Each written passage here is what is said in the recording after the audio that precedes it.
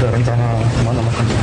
Enggak, kantor biasa. Minggu ini kami fokuskan untuk penyelesaian Solo Safari, Balai Kambang, sama persiapan semifinal dan final Piala Dunia.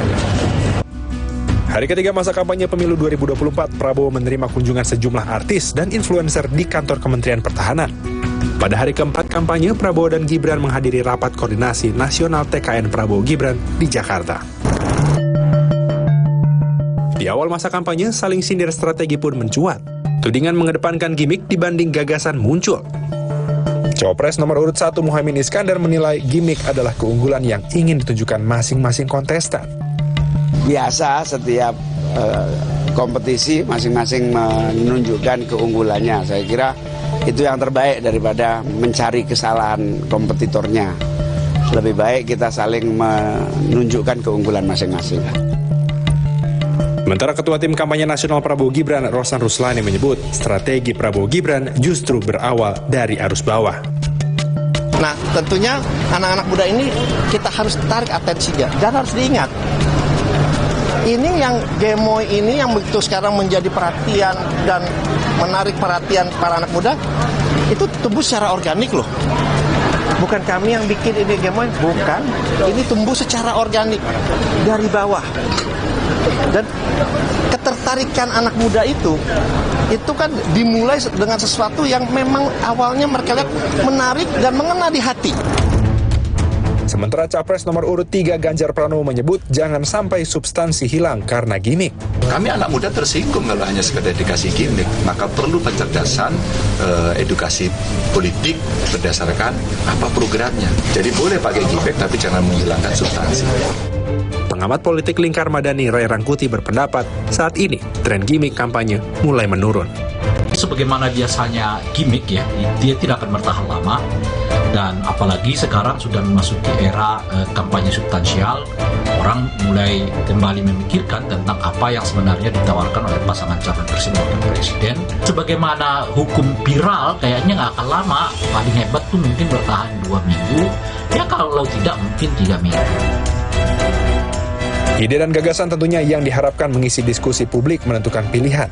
Ketiga pasangan calon pun akan beradu gagasan dalam debat Capres-Cawapres yang diselenggarakan Komisi Pemilihan Umum. Debat akan berlangsung sebanyak 5 kali. 3 kali debat antar Capres dan 2 kali debat antar Cawapres. Seluruh agenda debat pun diprediksi akan berlangsung di Jakarta. Saudara, 50% pemilih muda akan mendominasi pemilu 2024. Siapkah para pemilih muda menggunakan hak suara mereka?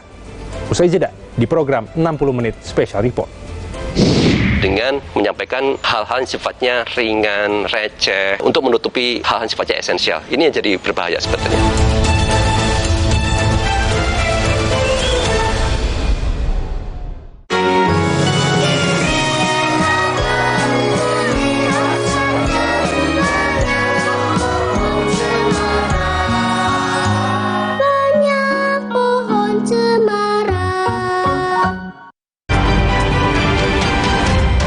Update dipersembahkan oleh Prenagen, nutrisi lengkap ibu dan buah hati.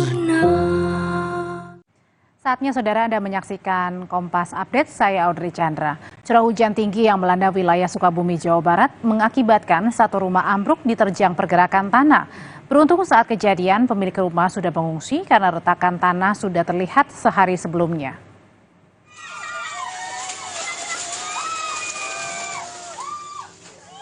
Tanda-tanda pergerakan tanah sudah terlihat sejak pekan lalu dengan adanya retakan tanah sepanjang 100 meter dengan kedalaman hingga 2 meter di sekitar permukiman warga. Untuk mengantisipasi jatuhnya korban, Kepolisian Sektor Cirenghas memasang garis polisi agar warga tidak beraktivitas di sekitar lokasi.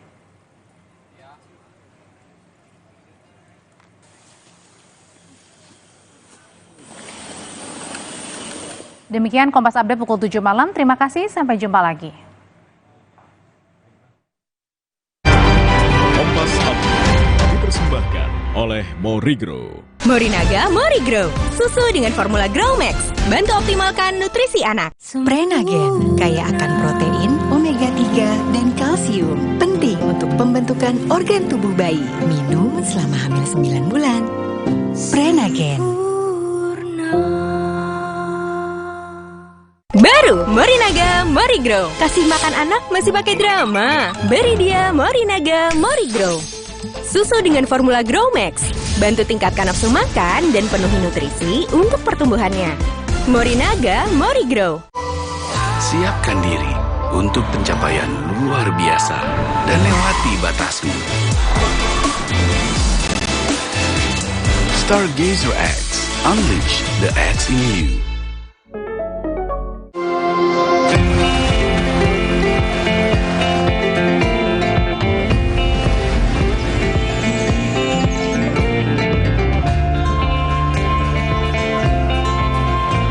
Wherever you're going, whatever you're doing, stay healthy and stay happy.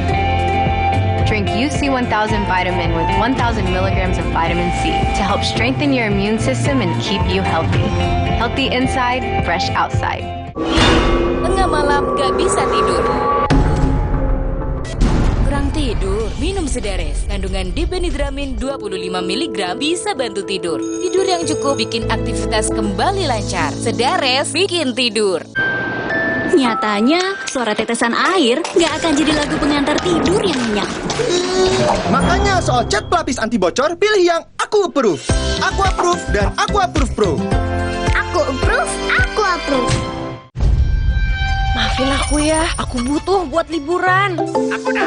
Hah? Agoda? Wah, harga hotelnya murah. Kamarnya? Wah. Agoda. Diskonnya sampai 60%. Yuk kita liburan bareng Agoda aja. Di Agoda ada banyak pilihan harga murah dengan 3,6 juta lebih hotel di seluruh dunia. Liburan tanpa bongkar tabungan, itu murahnya Agoda. Booking sekarang. Baru isi perut, udah kosong lagi. Dikit-dikit, lapar. Barusan jajan, tapi masih lapar. Dikit-dikit, lapar. Sari Gandum dengan gandum utuh dan krim coklat lezat bikin kenyang lebih lama. Sari Gandum, seenak itu, sekenyang itu. Pernah nggak membayangkan nasi uduk yang biasa kita makan tiba-tiba harganya naik? Kok bisa? Banyak peristiwa di dunia yang seolah jauh, tapi ternyata sangat berpengaruh pada keseharian kita. Tapi kita nggak paham. Mata kita tertutup tirai algoritma media sosial. Buka mata. Ada El Nino. Sehingga panen padi di seluruh dunia mundur. Gara-gara itu, negara eksportir beras seperti Thailand, India, dan Korsel mengurangi ekspor beras demi menjaga stoknya sendiri. Stok beras nasional yang sebagian berasal dari impor menipis. Harga beras pun melonjak. Udah kebayangkan kenapa harga nasi uduk bisa tiba-tiba naik? Bebaskan diri dari tirai algoritma media sosial ini. Buka mata dengan kompas.id.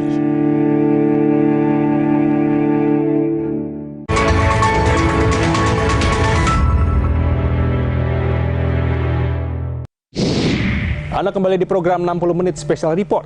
Membuka mata, mengungkap fenomena. 56,6% atau 115 juta lebih pemilih muda akan bersuara pada pemilu 2024 mendatang. Media sosial pun jadi rujukan. Tak hanya gagasan, tapi juga konten politik lucu dan menyenangkan. Jurnalis Kompas TV Adinda Kusumo akan mengulik, siapkah para pemilih muda menentukan pilihan?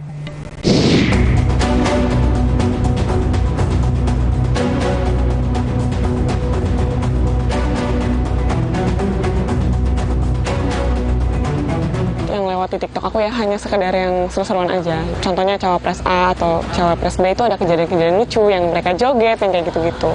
Dengan menyampaikan hal-hal yang sifatnya ringan, receh, untuk menutupi hal-hal yang sifatnya esensial. Ini yang jadi berbahaya sebetulnya.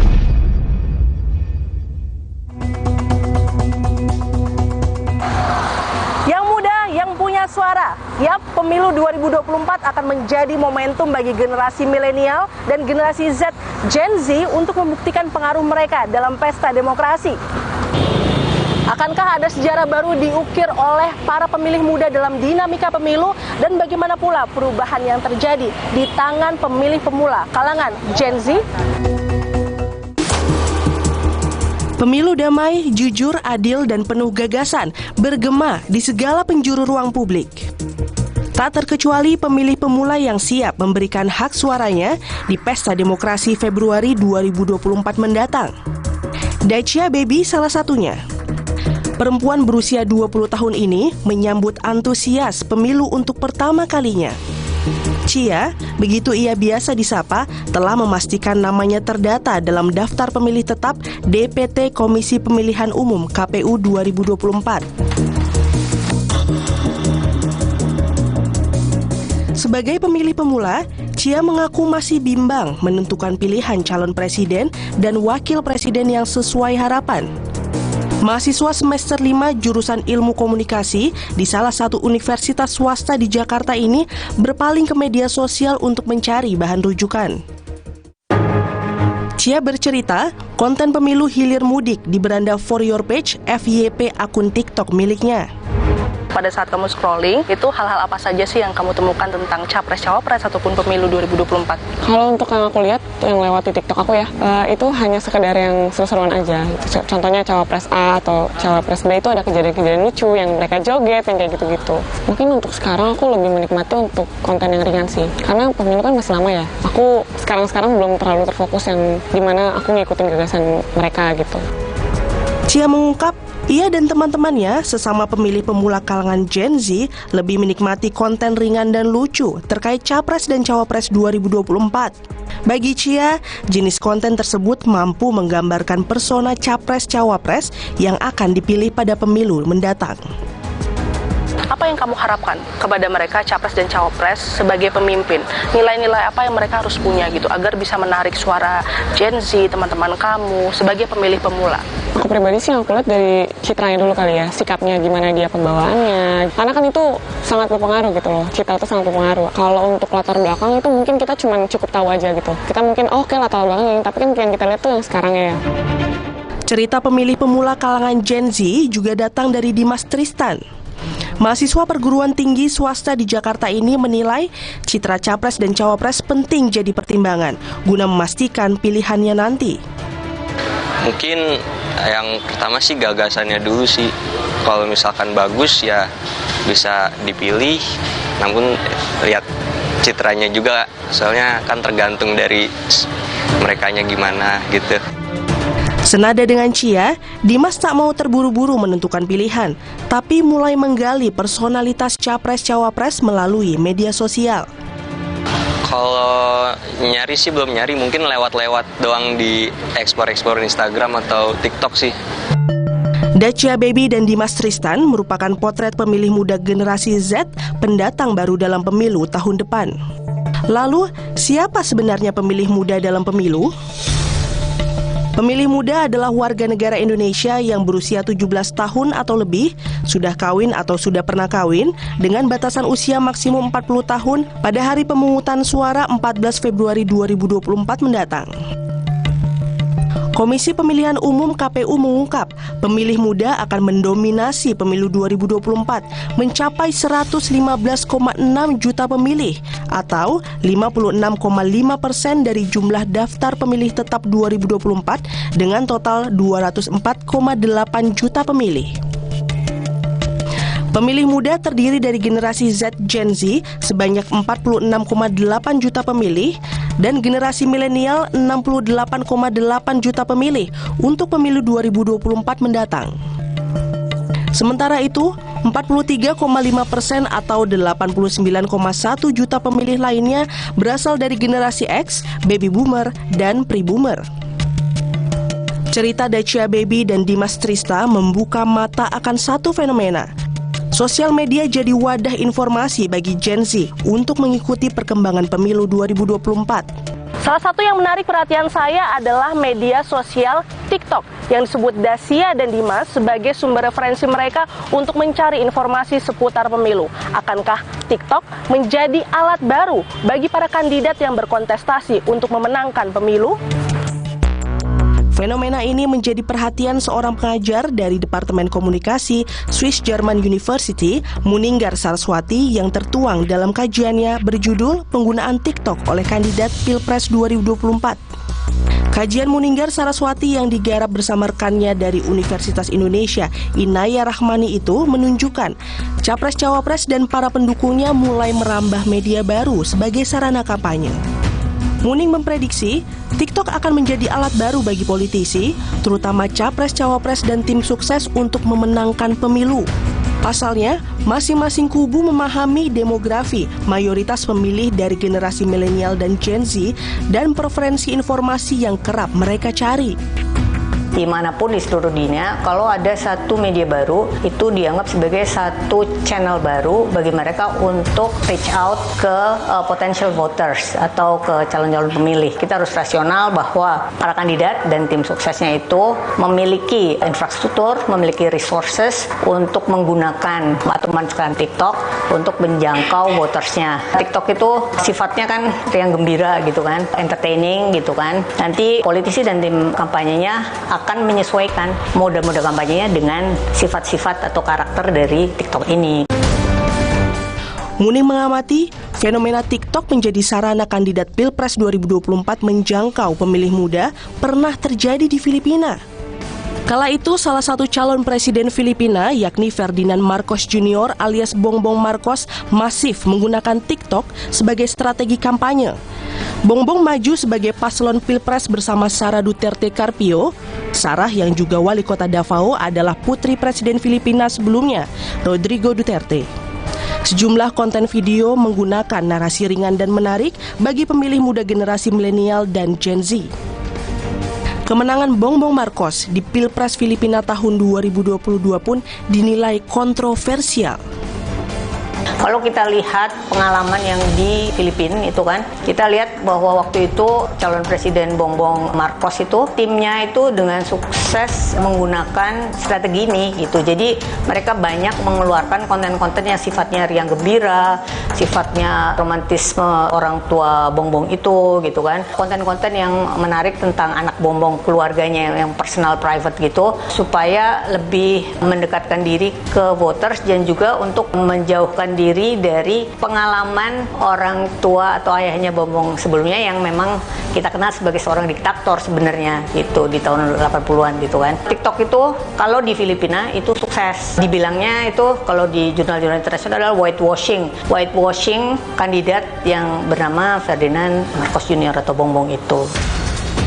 Sementara itu, pengguna media sosial TikTok di Indonesia ternyata cukup besar, mencapai 99,5 juta sesuai data We Are Social, situs berisi data tren media sosial pada Juli 2023. Indonesia menempati urutan kedua sebagai negara pengguna TikTok terbesar setelah Amerika Serikat. Fenomena konten ringan dan lucu terkait para kandidat politik dalam pemilu, terutama paslon Capres-Cawapres di TikTok, tak luput dari pantauan Drone Emprit, sebuah sistem platform online yang memonitor percakapan di media sosial X atau Twitter. Sang pendiri Ismail Fahmi mengamati, konten video dengan narasi-narasi ringan itu kini banyak ditemukan di X atau Twitter dan berisiko menutupi isu-isu penting yang perlu digaungkan saat proses kampanye Capres-Cawapres. Demografinya hampir sama, di mana generasi Z dan milenial di Filipina juga paling besar, di Indonesia juga sama. Dan strategi yang mereka lakukan adalah dengan menyampaikan hal-hal yang sifatnya ringan, receh, untuk menutupi hal-hal yang sifatnya esensial. Ini yang jadi berbahaya sebetulnya. Anggota Dewan Pembina Perkumpulan untuk Pemilu dan Demokrasi Perludem, Titi Anggraini, pun khawatir pemilih muda yang erat dengan media sosial hanya melihat citra yang ditampilkan paslon saja dan bukan aspirasi atau visi misi yang diusung. Ada kecenderungan saya membaca pasangan calon itu mau hal-hal yang sederhana saja dari mereka. Ada tendensi untuk menghindari bicara politik gagasan bersama orang muda, tetapi lebih didekati dengan hal-hal yang sifatnya gimmick gitu ya, teatrikal, hal-hal yang sifatnya itu ringan gitu ya, istilahnya hal-hal yang tidak perlu mikir panjang gitu. Nah sayangnya kita tidak punya regulasi itu, jadi undang-undang pemilu dan peraturan KPU hanya bicara bahwa kampanye itu adalah bagian dari kegiatan pendidikan politik yang harus dilakukan secara bertanggung jawab dengan menawarkan visi, misi, program, dan atau citra diri untuk meyakinkan pemilih. Nah kadang-kadang yang dikedepankan hanya citra dirinya saja. Lalu bagaimana upaya dan solusi agar pemilih muda kritis memilah informasi serta cerdas menentukan pilihan berdasarkan ide dan gagasan kandidat pemilu 2024 mendatang? Para pemilih muda kritis serta cerdas dalam menentukan pilihan diharapkan menjadi dominan pada pemilu 2024 arena tarung gagasan. Usai jeda di program 60 menit Special Report. Kita pengen dorong supaya pemilu 2024 ini tuh lebih tentang kebijakan dan isu dibanding persona dan gosip kita.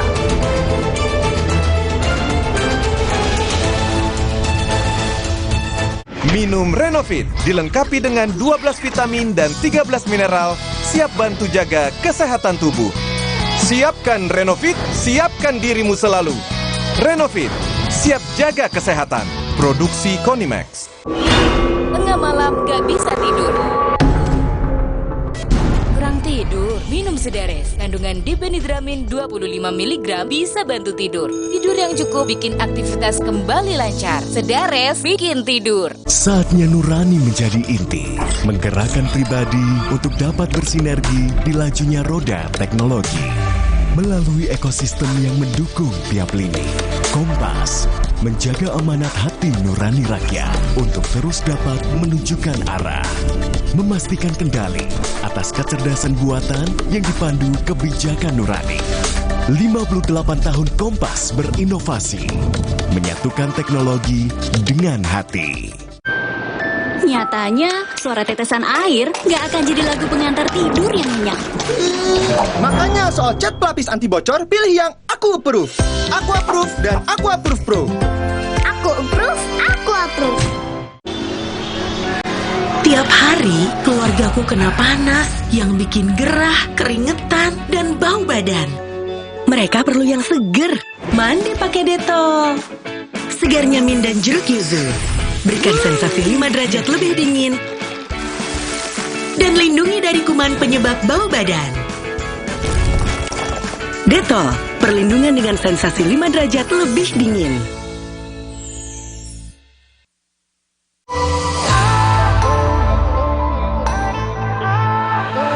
Siapkan diri untuk pencapaian luar biasa dan lewati batasmu.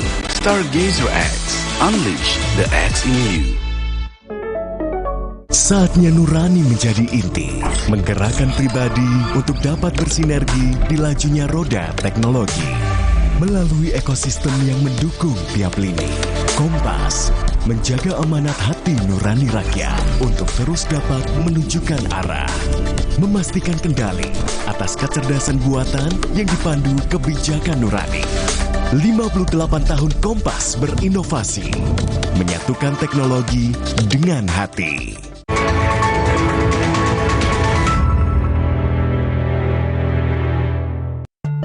Terima kasih Anda masih menyaksikan program 60 menit Special Report. Membuka mata, mengungkap fenomena. Saudara, media sosial dan jagat maya yang rawan hoax dan disinformasi jadi tempat pertempuran berebut suara pemilih muda. Jurnalis Kompas TV Adenda Kusumo akan mengajak Anda menelusuri sejumlah upaya agar ide dan gagasanlah yang menjadi alasan para pemilih muda menentukan pilihan.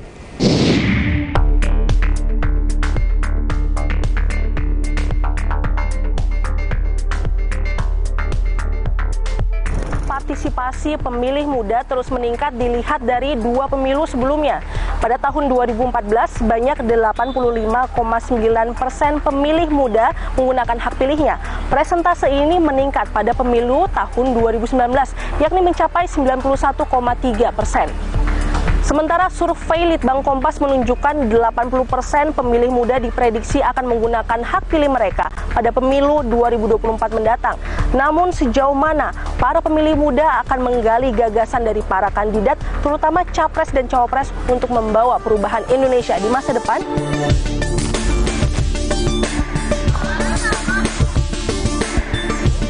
Tak seperti kebanyakan pemilih pemula yang masih menimbang pilihan, Nurul Ihsan, mahasiswa 19 tahun ini justru mantap menentukan capres-cawapres jagoannya. konten dan informasi termasuk visi misi Capres-Cawapres yang didapat melalui media sosial jadi pertimbangan Ihsan menjatuhkan pilihan. Kalau pilihan saya sih yang pastinya sudah ada ya. Terus juga saya telusuri visi misinya yang banyak disukain di media sosial, terus juga dari lingkungan juga sih.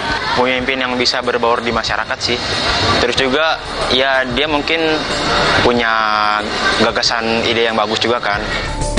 Nurul Ihsan, mahasiswa jurusan penyiaran di salah satu akademi swasta Jakarta ini, mengaku khawatir sulit mendapatkan pekerjaan di masa depan. Apalagi jika harus bersaing dengan lulusan tingkat sarjana. Ihsan pun menanti sosok pemimpin Indonesia yang serius mengatasi masalah lapangan pekerjaan dan memudahkan bantuan anak berprestasi dari keluarga kurang mampu.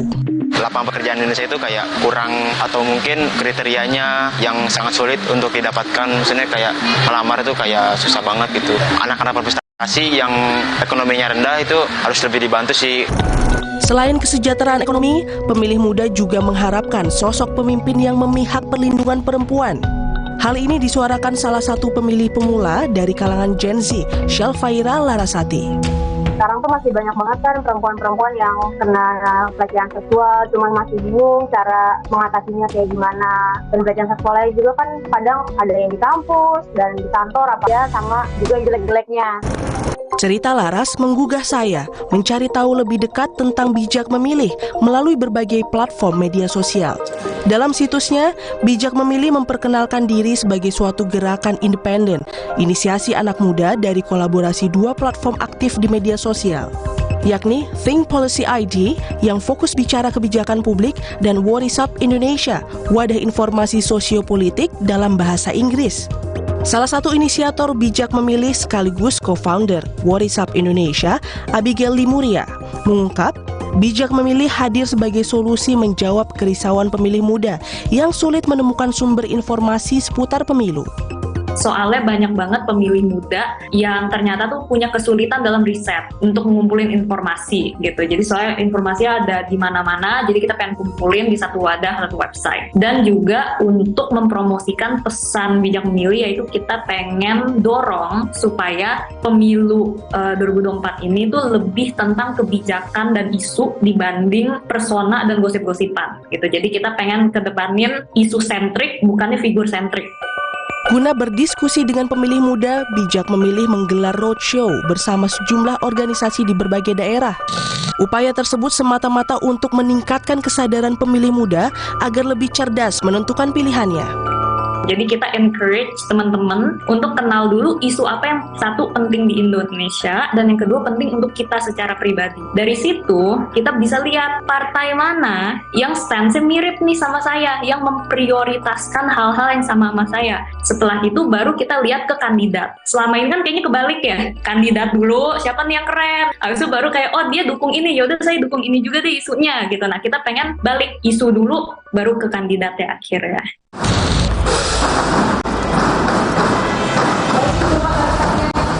Masa kampanye pemilu dimulai 28 November 2023 hingga 10 Februari 2024 mendatang. Ketiga pasangan calon capres-cawapres pun telah berkomitmen menjaga iklim pesta demokrasi senantiasa sejuk melalui deklarasi kampanye damai pemilu 2024. Agus Taufik, juru bicara muda pasangan Anies Muhaimin, tak memungkiri narasi ringan dan menyenangkan menjadi bagian strategi kampanye. Namun Agus memastikan paslon Anies dan Muhaimin telah menampung gagasan dan aspirasi ribuan anak muda, generasi milenial dan Gen Z dari seluruh pelosok negeri.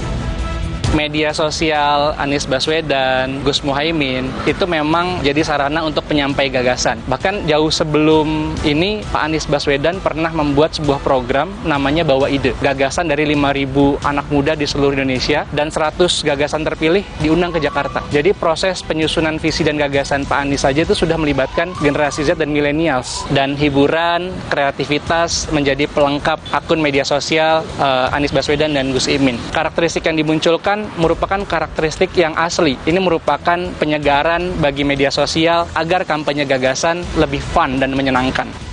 Sementara itu, juru bicara muda pasangan Capres-Cawapres Prabowo Gibran, Diska Putri Pamungkas, mengungkap Politik riang gembira menjadi bagian dari strategi kampanye Prabowo Gibran agar ide dan gagasan mudah diterima skala kalangan, termasuk pemilih muda. Kita tidak bisa membuat itu menjadi dua hal yang berbeda, konten yang menyenangkan dan konten yang substansial. Karena kita tahu bahwa gemoy ini muncul di media sosial, dan kita tahu bahwa di media sosial saat ini rata-rata itu kan anak-anak muda semua. Kita tahu itu muncul di TikTok, muncul kemudian di sejumlah di Instagram, di media sosial, dan itu tentu sesuatu yang viral itu kan biasanya dimulai dari grassroots, bukan sesuatu yang kemudian kita harus desain gitu. Ini adalah, menurut saya ini adalah bagian dari feedback positif anak-anak muda saat ini untuk melihat Pak Prabowo. Itulah kenapa kemudian kita masuk dalam narasi politik riang gembira. Politik riang gembira adalah politik yang bisa masuk di semua kalangan, politik yang menyenangkan, politik yang bisa diterima dengan semua masyarakat tanpa meninggalkan gagasan dan substansi-substansi yang diinginkan dan dibutuhkan. Di sisi lain, juru bicara muda pasangan Capres-Cawapres Ganjar Mahfud, Ratu Nabila memastikan akan fokus menyampaikan ide dan gagasan untuk menarik suara pemilih Gen Z dan milenial. Tim paslon Ganjar Mahfud pun balik mengajak pemilih muda agar tak terpengaruh narasi ringan tanpa ide gagasan yang kerap ditemui di media sosial. Kalau yang biasa Pak Ganjar utarakan itu adalah Pak Ganjar melamar anak-anak muda Indonesia ini untuk ikut serta mendukung Ganjar Mahfud. Edukasi atau sosialisasi di sosial media apapun terus ada sosialisasi dan mempergunakan sosial media tersebut. Tapi memang isu-isu ataupun konten-konten yang kita mainkan di media-media tersebut adalah ya bagaimana ide dan gagasan yang kita miliki gitu. Kita kembalikan, kalau misalkan kalian ini maunya yang hanya cetek-cetek aja, yang receh-receh aja, yang enggak ide gagasan yang kuat gitu, ya kita akan dapat pemimpin yang hanya sebatas itu. Sementara itu, pendiri Drone Emprit, Ismail Fahmi meminta pemilih muda bijak dan waspada, menyaring konten yang diproduksi tim pemenangan paslon di media sosial. Pasalnya, Ismail memprediksi berbagai konten terkait Capres-Cawapres akan semakin membanjiri ruang digital dan berisiko menimbulkan disinformasi hingga penyebaran hoax.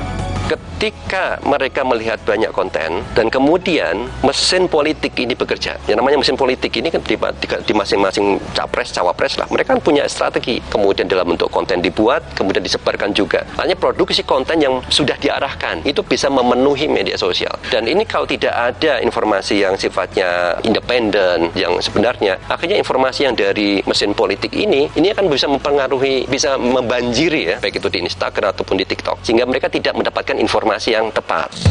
Lalu bagaimana cara mudah dan ampuh untuk membendung disinformasi dari serbuan konten terkait Pilpres pada pemilu 2024 nanti? Komen dan like kita itu tuh yang nentuin konten apa yang naik. Kita jangan kasih insentif ke konten yang buruk atau tidak mengedukasi, tapi kita kasih insentif ke konten yang berkualitas. Kadang emang instingnya kita nih ya, ngelihat konten yang receh atau yang nyebelin, itu kita kayak share gitu, marah-marah kan, kita komen dirujak gitu sama netizen. Tapi giliran kontennya bagus, di scroll aja, dibaca, oh ya keren, terus kita scroll. Nah harusnya dibalik, kalau kontennya bagus kita komen, kita share, kita like. Tapi kalau kontennya nyebelin, diemin aja, biarnya mati dengan algoritma. Sebenarnya sesimpel itu tuh udah bisa memperbaiki iklim sosial media dalam tahun politik kita sih menurut aku. Guna melawan misinformasi, disinformasi, serta hoax di sosial media terkait pemilu, Selasa lalu, KPU dan Bawaslu meluncurkan Pusat Panduan Pemilu 2024, hasil kolaborasi bersama platform media sosial TikTok. TikTok kini melengkapi fiturnya dengan tombol lapor misinformasi pemilu. TikTok juga mengklaim tak mengizinkan konten yang tak akurat, menyesatkan, atau palsu masuk ke dalam laman rekomendasi atau FYP.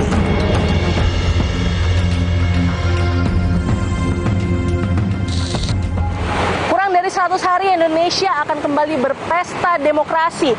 Jangan sia-siakan suara Anda. Mari menjadi pemilih muda yang cerdas, memastikan mana kandidat pemilu, capres, cawapres mana yang pantas, tak hanya sekedar citra diri, tapi juga gagasan, ide, visi, dan misi. Kami tutup program 60 menit special report edisi kali ini. Jangan lupa, pemilu akan dilaksanakan 14 Februari 2024 mendatang. Dan pastikan, ikuti terus perkembangannya hanya di Kompas TV, independen, terpercaya. Saya Elgin Fredianto pamit. Sampai jumpa.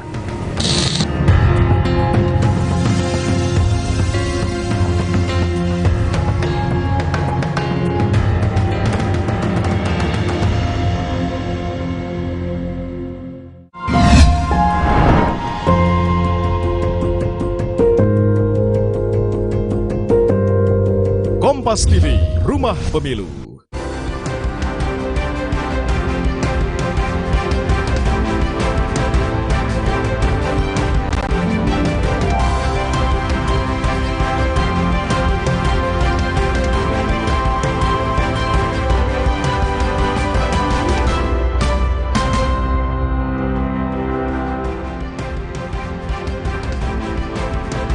Halo, selamat malam saudara. Perubahan format debat Capres-Cawapres di pemilu 2024 menjadi tanpa sesi debat khusus Capres-Cawapres menimbulkan polemik. Apakah urgensi perubahan format debat dan kira-kira siapa juga yang diuntungkan dengan perubahan ini? Sapa Indonesia Malam hari ini juga akan menghadirkan dengan sorotan lainnya, di antaranya DPR membuka peluang mengajukan hak interpelasi kepada Presiden. Hal ini terkait pernyataan Ketua KPK Agus Raharjo yang menyebut Presiden Jokowi meminta pengusutan kasus korupsi IKTP yang melibatkan Setia Novanto dihentikan. Pihak Istana, saudara, sudah membantah hal tersebut. Pertanyaannya, apakah interpelasi memang diperlukan? Dan saudara, Anda menyaksikan selengkapnya Sapa Indonesia Malam hari ini. Saya Audrey Chandra bersama Anda.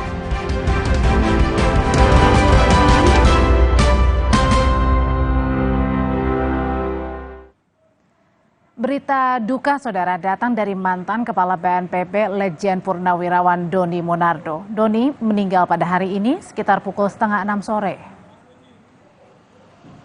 Sebelum berpulang, Doni saudara diketahui sudah 3 bulan menderita sakit dan dirawat intensif di rumah sakit.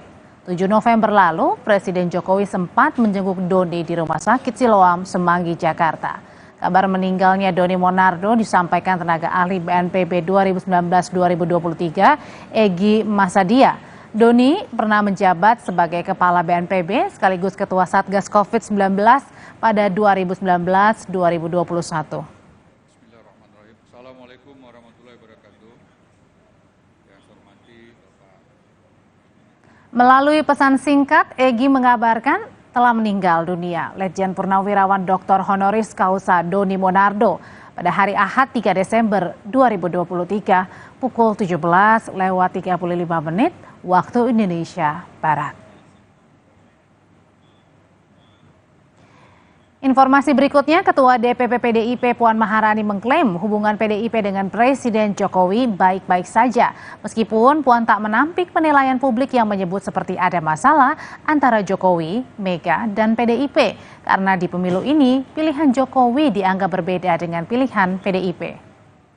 Hal itu disampaikan Puan Maharani saat melakukan kunjungan kerja di Sukoharjo, Jawa Tengah, Minggu sore. Puan mengatakan, hubungan keluarga Megawati dengan keluarga Jokowi tidak ada masalah.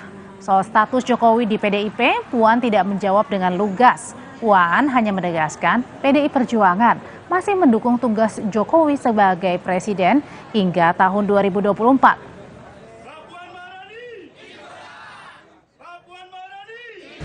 Baik-baik aja, saya masih ketemu Pak Jokowi, saya masih datang ke istana, jadi nggak ada hal-hal yang kemudian membuat sepertinya ada hubungan yang tidak baik antara keluarga kami, Bu Mega, saya dengan Pak Jokowi. Termasuk dengan Pak Jokowi dengan PDI baik-baik saja. Ini kan yang menjadi satu hal yang kemudian menjadi sepertinya ada masalah karena dalam pemilu yang akan datang itu terjadi perbedaan pilihan atau calon antara apa yang menjadi mungkin calonnya Pak Jokowi dengan calon dari PDI Perjuangan. Tapi ini kan pesta demokrasi, semuanya boleh saja kemudian mempunyai beda pandangan, tapi yang paling penting adalah bagaimana menjaga pesta demokrasi atau pemilu ini bisa berjalan dengan baik dan damai. Ya, Presiden Republik Indonesia yang didukung oleh PDI Perjuangan. Calon Wakil Presiden nomor urut 1 Muhaimin Iskandar ikut berkomentar soal Orde Baru. Muhaimin saudara meminta agar sejarah tentang Orde Baru masuk dalam pelajaran sejarah di sekolah. Muhaimin menyebut anak-anak muda saat ini banyak yang tidak tahu bagaimana kekuasaan di masa Orde Baru. Ditemui saat berziarah ke makam keluarga di Mojokerto, Jawa Timur, Muhaimin meminta sejarah Orde Baru harus masuk resmi menjadi kurikulum dan bagian mata pelajaran sejarah Indonesia. Itulah yang penting, sehingga sejarah Orde Baru harus terus diulang-ulang, bahkan mestinya sejarah Orde Baru ini menjadi bahan mata pelajaran resmi di sekolah-sekolah, supaya bukan soal menjelekkan kepemimpinan seseorang, bukan, tapi supaya kita tidak setback mengulang kesalahan. Dalam acara Mukernas MUI kemarin, calon presiden nomor urut 2 Prabowo Subianto mengungkap rencana dirinya jika kalah di Pilpres 2024. Bahkan Prabowo menyebut akan mengisi waktu di hari tua dengan naik gunung. Dalam pidato di Mukernas MUI di Jakarta, Prabowo Subianto berbicara tentang pengalamannya dalam mengikuti pemilihan presiden yang ia ikuti sudah beberapa kali. Baginya, untuk maju capres adalah sebuah mandat, dan sebuah mandat harus dilaksanakan dengan maju menjadi calon presiden. Jika kalah Pilpres 2024, Prabowo mengaku siap pensiun dan akan mendaki gunung. Saya berdiri di hadapan bapak-bapak sekalian. Karena itu saya berdiri di depan rakyat Indonesia. Saya minta mandat untuk kita rubah nasib bangsa kita. Tapi kalau saudara tidak memberi mandat kepada saya tidak apa-apa. Saya seorang patriot. Saya akan naik gunung pensiun. Demi Allah, saya hanya mau lihat bangsa saya terhormat. Calon Presiden nomor urut 3 Ganjar Pranowo menyuarakan pemilu ramah disabilitas. Ganjar meminta KPU dan Bawaslu memberi perhatian khusus untuk penyandang disabilitas. Ganjar mengaku mendapat masukan dari kelompok disabilitas saat berkunjung ke Lombok, Nusa Tenggara Barat hingga Kendari, Sulawesi Tenggara. Ganjar berpesan pada KPU juga Bawaslu Kendari agar di Sulawesi Tenggara menerapkan sistem pemilu ramah disabilitas. Ganjar mengaku ingin kesetaraan bagi penyandang disabilitas dari segala aspek. Bawaslu semua ya. Ada Bawaslu, saya titip pada Bawaslu KPU ya tadi, karena ada masukan menarik dari para penyandang disabilitas. Dia butuh akses untuk bisa nyoblos nanti dengan gampang ya. Bawaslu ada di sini. Halo Bawaslu. Halo. Tolong untuk penyandang disabilitas, perhatikan mereka agar nanti pada saat nyoblos mereka punya akses. Oke ya? Sip ya. KPU Komisi Pemilihan Umum mengubah format debat Pilpres 2024 menjadi tanpa debat khusus calon wakil presiden. Seluruh pasangan capres-cawapres akan hadir bersamaan menjalani 5 kali debat.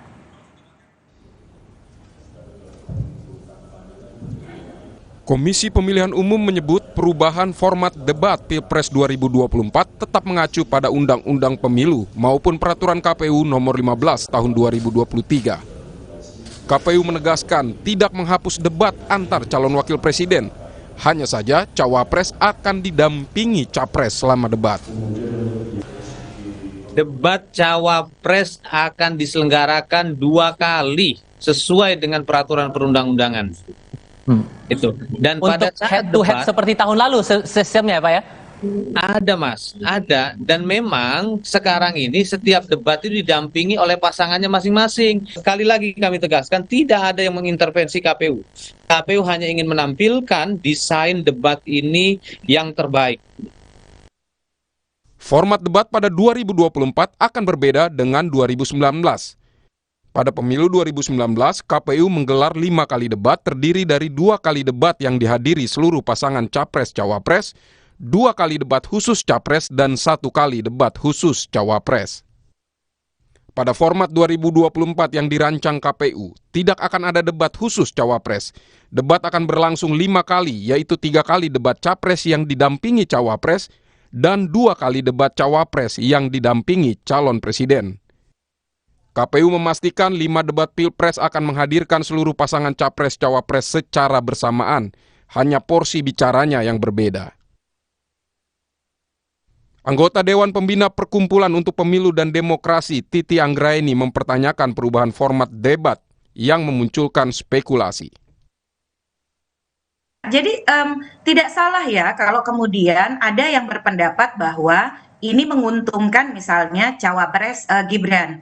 Ini kenapa tidak salah? Karena ketika misalnya mereka membuka data, siapa sih yang paling jarang berbicara kepada publik, siapa yang paling jarang hadir ketika diundang berdiskusi atau kemudian uji publik begitu ya. Itu kan data-data yang bisa diungkap oleh pihak-pihak ketika misalnya situasi hari ini hal itu tersedia begitu ya. Dan Kesiapan debat Pilpres 2024 diungkap calon wakil presiden nomor urut 1 Muhaimin Iskandar.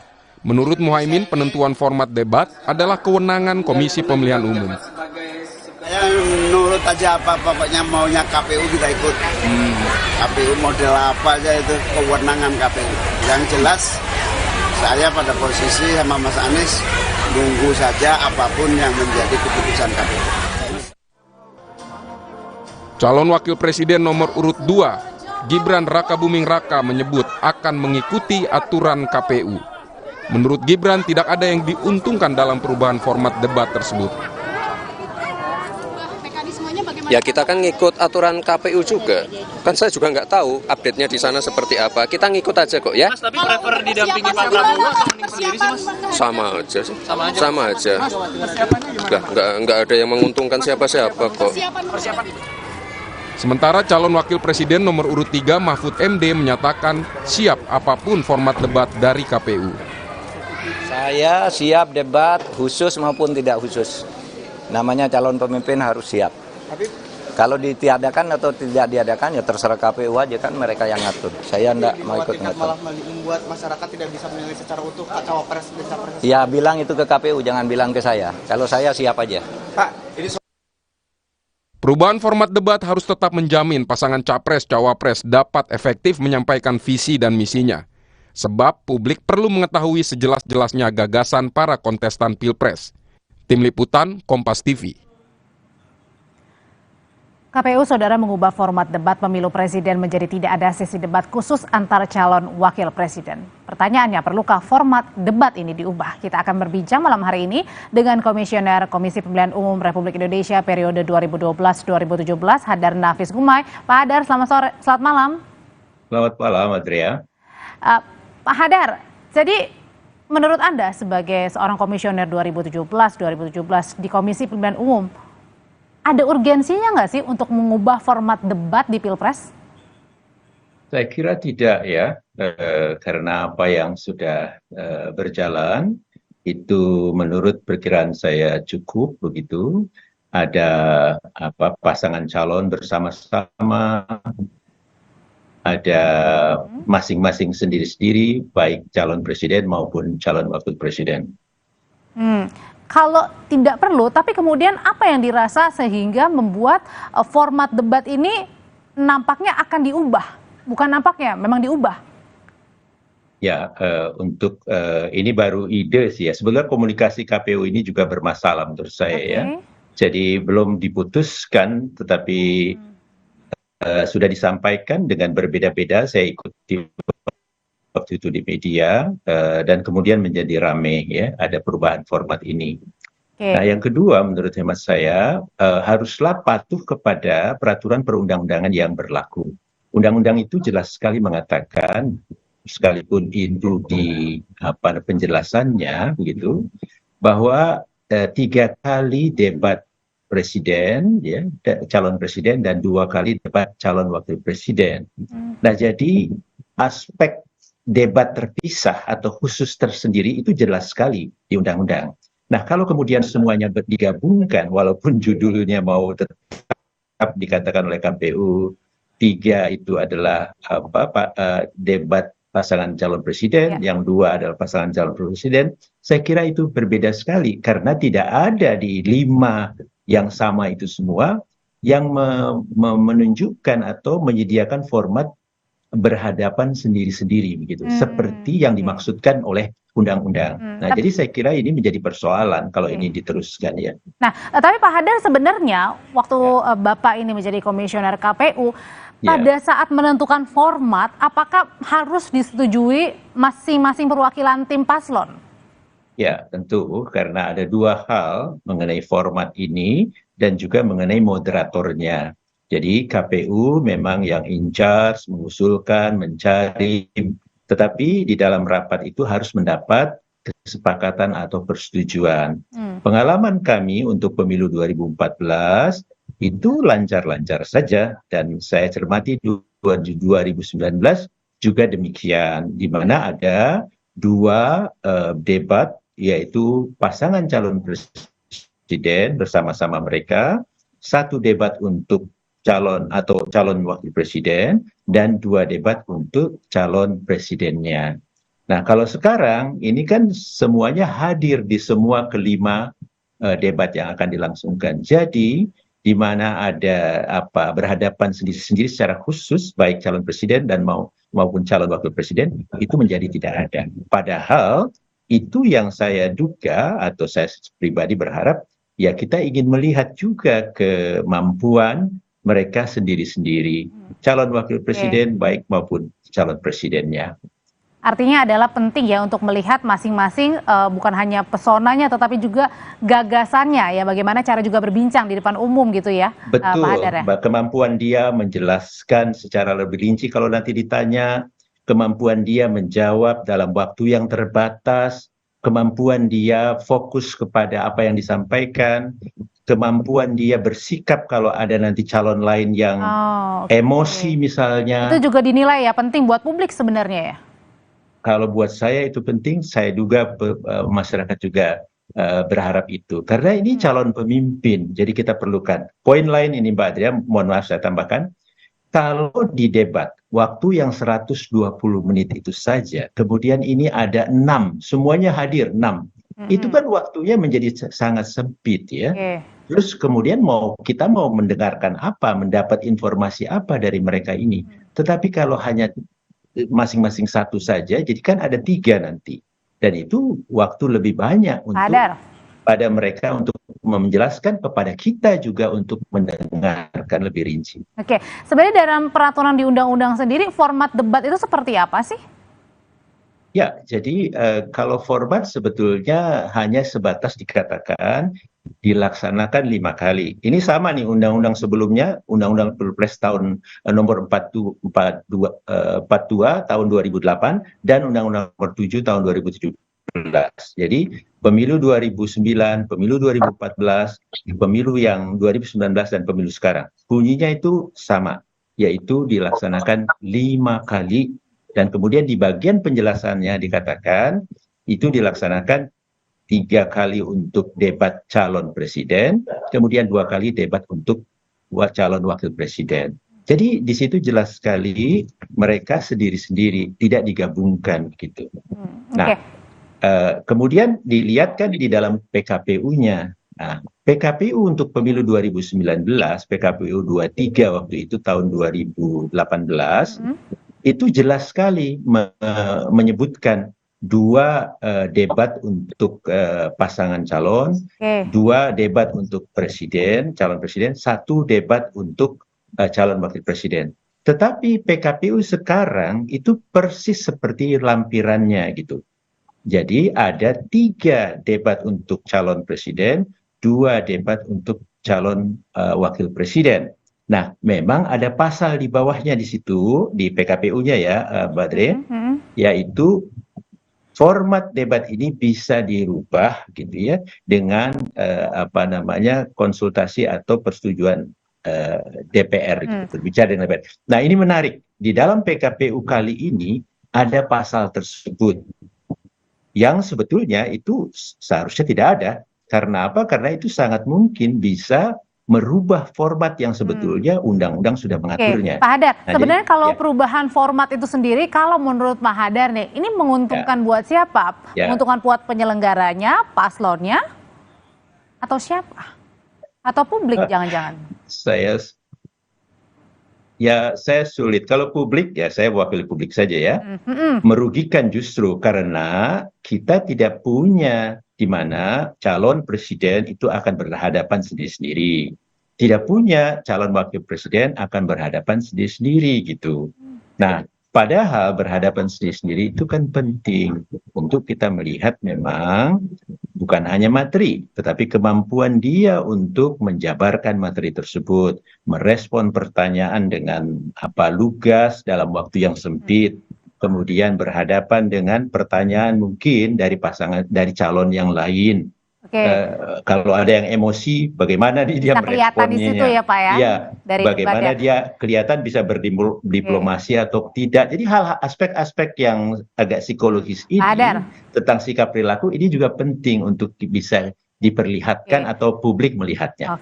Nah kalau debat ini kan masuk dalam kampanye nih, kan kampanye ini juga bertujuan untuk mengenakan publik ya paslonnya. Nah kalau yang menguntungkan buat publik sebenarnya format seperti apa debat itu harus dijalankan?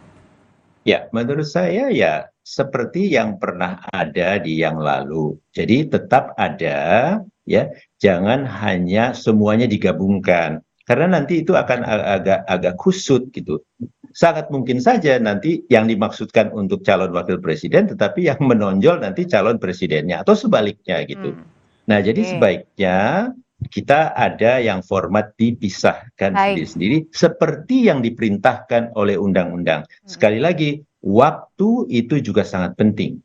Karena kalau waktunya sudah pendek, kemudian itu ada berenam, itu akhirnya kita juga sulit untuk mendapatkan informasi yang cukup tentang mereka masing-masing. Dan yang terpenting tadi kata Pak Hadar bilang ya, yang terpenting digarisbawahi adalah yang harus menguntungkan dari debat ini adalah masyarakat itu sendiri. Terima kasih Komisioner. Bukan antar pasang calonnya saja. Jadi kita harus pikirkan publik ini gitu maunya apa. Terima kasih Komisioner KPU RI periode 2012-2017 Hadar Nafis Gumai. Sehat selalu Pak Hadar.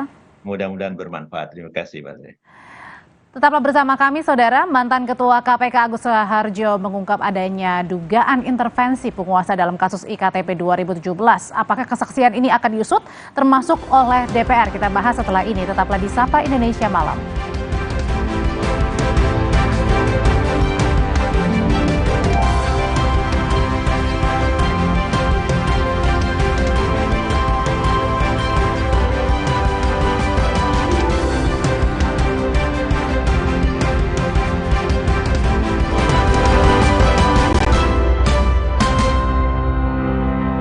Imajinasi dimulai dari Java Pay. Terbukti untuk gedung tinggi, resort, dan rumah Anda. Java Pay, primer, cat eksterior, dan super interior. Kini dengan mesin tinting dan teknologi insulated emulsion, 2 derajat lebih sejuk. Java Pay melindungi semua yang Anda cintai. Dari Atlantic Ocean Paint, Colors of the World brought home. Mereka adalah perempuan-perempuan berdedikasi, perempuan mandiri, selalu optimis. Mereka percaya tolak angin untuk menjaga kesehatan. Mencintai Indonesia. Orang pintar minum tolak angin. Pernah nggak membayangkan nasi uduk yang biasa kita makan tiba-tiba harganya naik? Kok bisa? Banyak peristiwa di dunia yang seolah jauh, tapi ternyata sangat berpengaruh pada keseharian kita. Tapi kita nggak paham. Mata kita tertutup tirai algoritma media sosial. Buka mata. Ada El Nino. Sehingga panen padi di seluruh dunia mundur. Gara-gara itu, negara eksportir beras seperti Thailand, India, dan Korsel mengurangi ekspor beras demi menjaga stoknya sendiri. Stok beras nasional yang sebagian berasal dari impor menipis. Harga beras pun melonjak. Udah kebayangkan kenapa harga nasi uduk bisa tiba-tiba naik? Bebaskan diri dari tirai algoritma media sosial ini. Buka mata dengan kompas.id.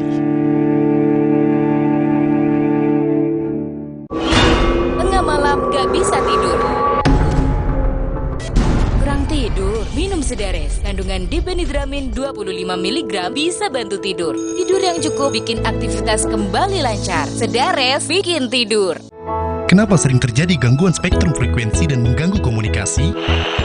Pasti karena ada yang menggunakan spektrum frekuensi sembarangan yang tak sesuai peruntukan. Akibatnya dapat mengganggu frekuensi lain yang sudah berizin. Miliki izin stasiun radio dan gunakan perangkat yang sudah bersertifikat. Lihat tanda ini di kemasan atau di perangkatnya. Gunakan spektrum frekuensi sesuai peruntukannya dan perangkat telekomunikasi bersertifikat aman dan nyaman. SDPPI dari Kominfo.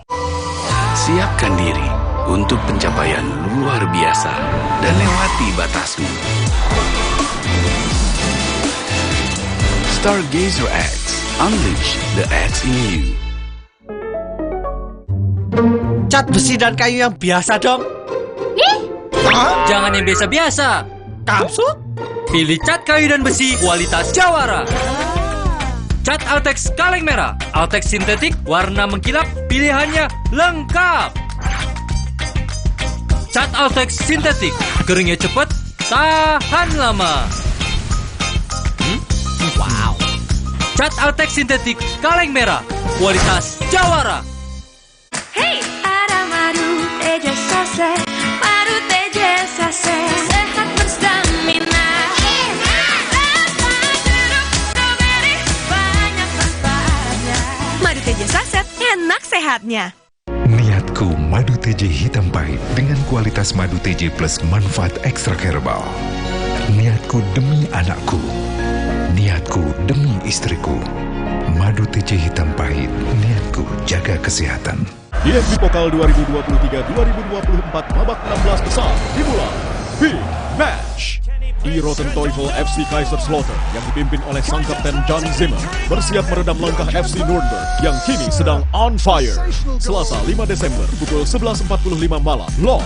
Borussia Mönchengladbach harus berjuang di depan para supporternya untuk mewaspadai ancaman VfL Wolfsburg dengan taktik jitu Niko Kovac. Rabu 6 Desember pukul 9.03 dini hari live di Kompas TV.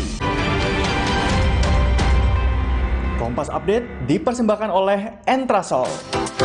Minum Entrasol 2 kali sehari. Entrasol. Selamat malam saudara, Anda menyaksikan Kompas Update bersama dengan saya Arizona Gali. Hujan deras yang mengguyur kota Jakarta menyebabkan sejumlah ruas jalan di wilayah Jakarta Selatan tergenang banjir pada Minggu petang. Di Jalan Sultan Iskandar Muda, Kebayoran Lama, banjir menggenangi ruas jalan imbas dari luapan saluran yang tak mampu menampung air hujan. Genangan air setinggi sekitar 20 hingga 30 cm. Akibatnya, arus lalu lintas dari arah Pondok Indah menuju Permata Hijau maupun sebaliknya mengalami kemacetan. Petugas penanganan prasarana dan sarana umum Kebayoran Lama kemudian membantu dengan membersihkan tumpukan sampah yang menghambat aliran air.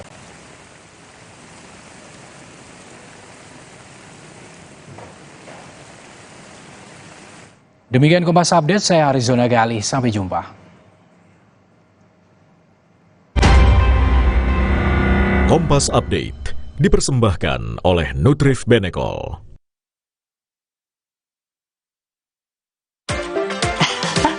Sekarang badan gampang pegal dan lelah. Itu bisa jadi masalah di otot, tulang, dan jantung. Minum Entrasol. Dengan ekstrak buah zaitun, bantu jaga kesehatan otot, tulang, dan jantung. Jadi bisa tetap aktif. Entrasol. Wah, makan. Udah nggak takut kolesterol naik nih. Kan habis makan langsung Benecol. Lanstan esternya, hajar kolesterol dari makanan yang habis kita makan. Nutrif Benecol.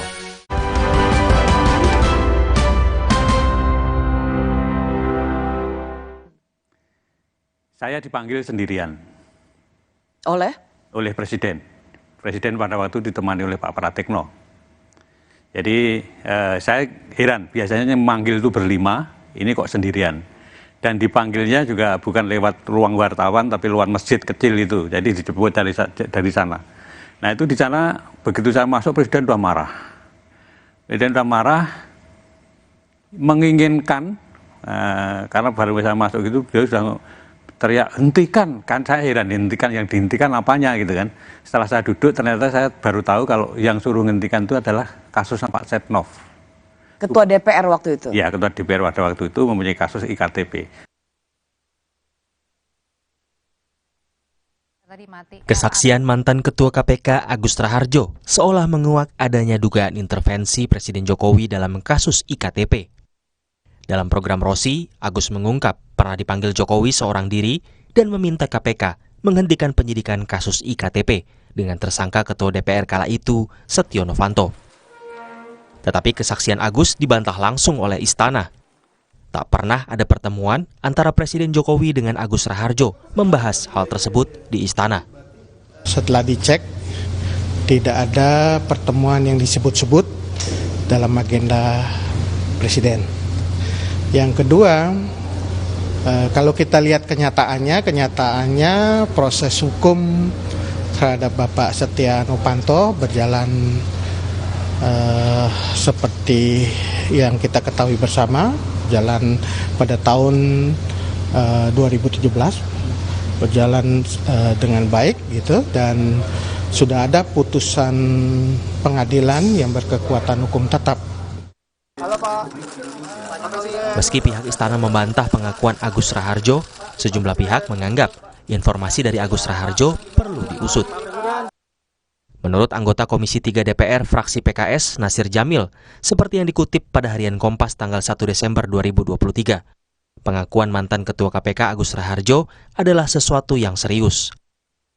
Nasir Jamil menyebut kalau DPR ingin mengetahui lebih lanjut mengenai hal itu, DPR bisa menggulirkan hak interpelasi. Soal interpelasi, anggota Komisi 3 DPR fraksi Gerindra Habibur Rahman menilai DPR tidak bisa bekerja dengan kesaksian Agus Raharjo tanpa adanya cukup bukti. Habib juga heran, mengapa hal ini tidak diusut pada saat Agus masih menjabat sebagai Ketua KPK. Hak interpelasi itu adalah hak untuk menanyakan kepada pemerintah terkait kebijakan yang bersifat strategis ya, yang dilakukan oleh pemerintah. Oleh karena itu menurut saya secara norma kurang pas kalau terhadap pengakuan atau fitnah yang dilakukan saudara Agus Raharjo tersebut yang direspon oleh DPR dengan hak interpelasi. Ya. Kenapa kalau dia merasa saat itu ada intervensi selaku ketua KPK aktif, dia tidak mengusut intervensi tersebut? Kan itu pelanggaran terhadap pasal 21 Undang-Undang Tipikor. Tapi baru sekarang di era tahun politik, apalagi dia sebagai caleg DPD, ya, baru dia berbicara tanpa bukti. Kasus korupsi IKTP pada akhirnya menyeret politisi Golkar Setia Novanto ke balik jeruji. Setia Novanto dinyatakan terbukti bersalah dalam kasus korupsi proyek IKTP tahun anggaran 2011-2013 dan divonis 15 tahun penjara. Hak politik Novanto juga dicabut selama 5 tahun usai menjalani masa pidana. Tim Liputan, Kompas TV.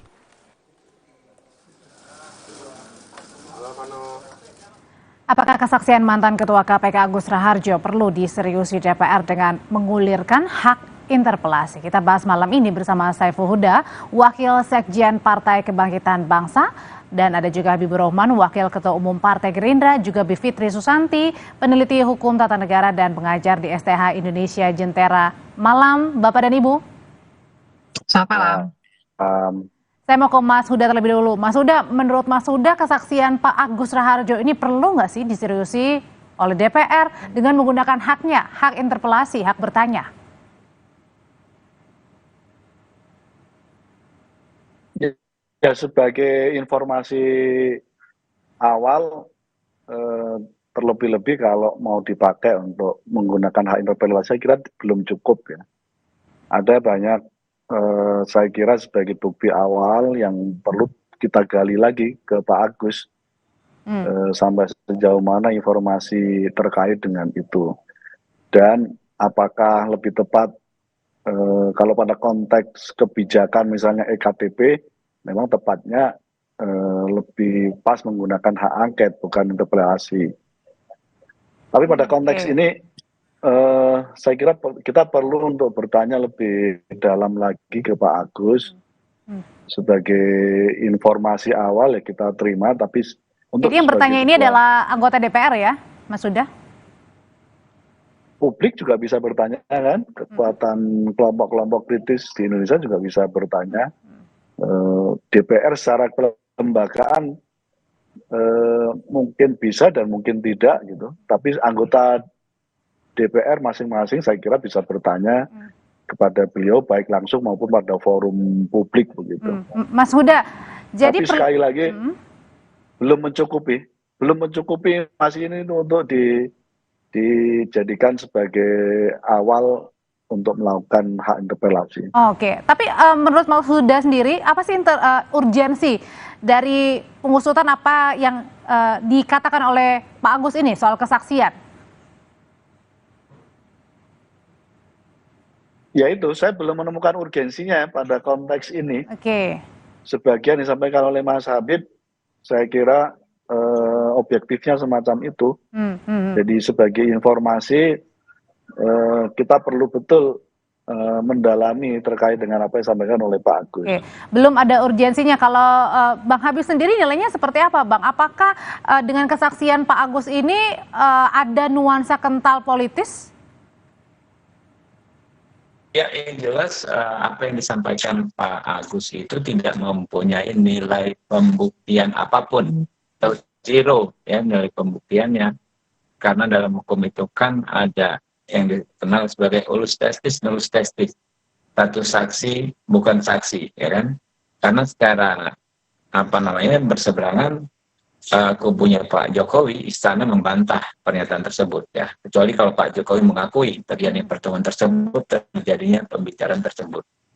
Lalu kalau secara motif kami juga mempertanyakan ya, kenapa Pak Agus baru bicara saat ini? Kalau beliau mengartikan percakapan dengan Pak Jokowi sebagai intervensi, itu kan merupakan pelanggaran pasal 21 Undang-Undang. Mungkin lebih bebas kalau untuk sekarang bertanya, Bang Habib? Loh, justru kan waktu itu dia punya kekuasaan, ya kan? Bisa langsung usut, bisa tangkap, gitu loh.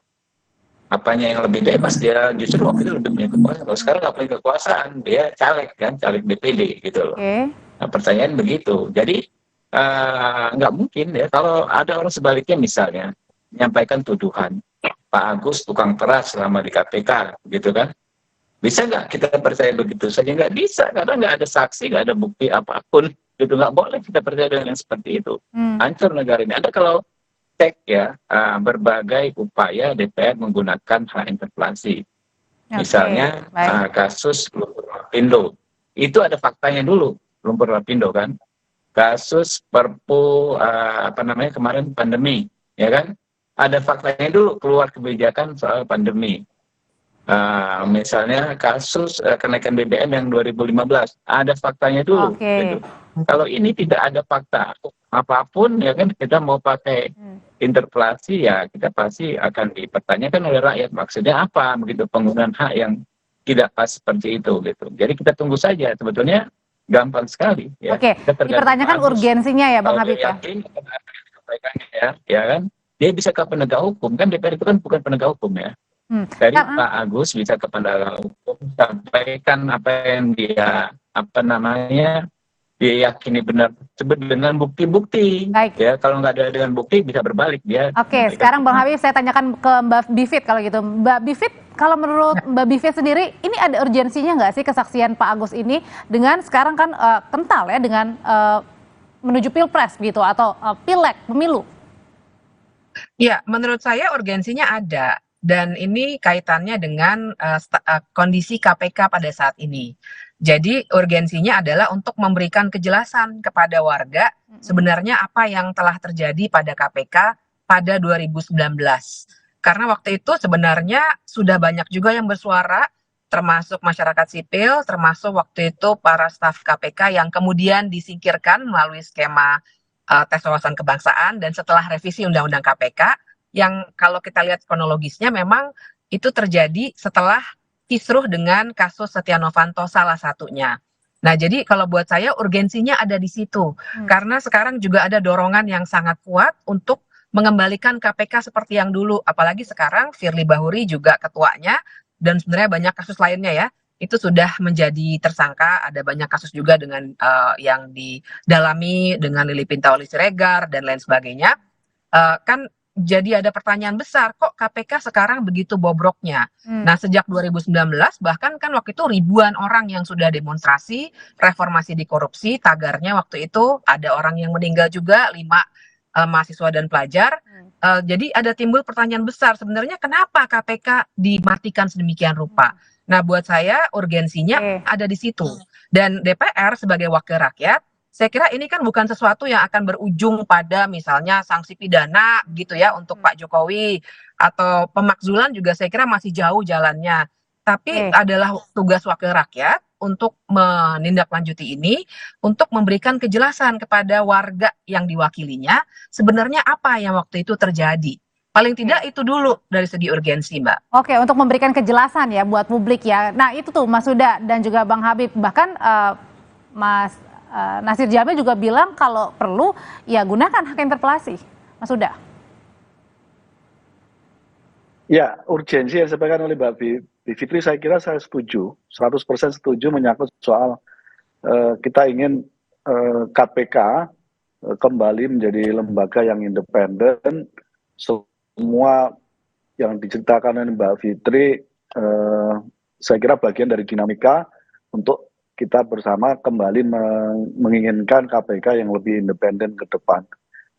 Urgensi itu setuju, tapi kalau terkait dengan informasi dari Pak Agus, tadi itu ada tahapan yang saya kira perlu kita termasuk teman-teman kan butuh 25 orang anggota Dewan dan harus lebih dari satu fraksi, itu kan butuh keyakinan teman-teman 25 orang tangan untuk mengajukan interpelasi itu gitu. Nah keyakinan itu butuh tahapan untuk bertanya secara lebih detail ke Pak Agus sesungguhnya apa yang sedang terjadi waktu itu, supaya tadi itu bisa mengklirkan apakah ini semacam subjektivitas ataukah memang peristiwa yang terjadi dan settingnya seperti apa.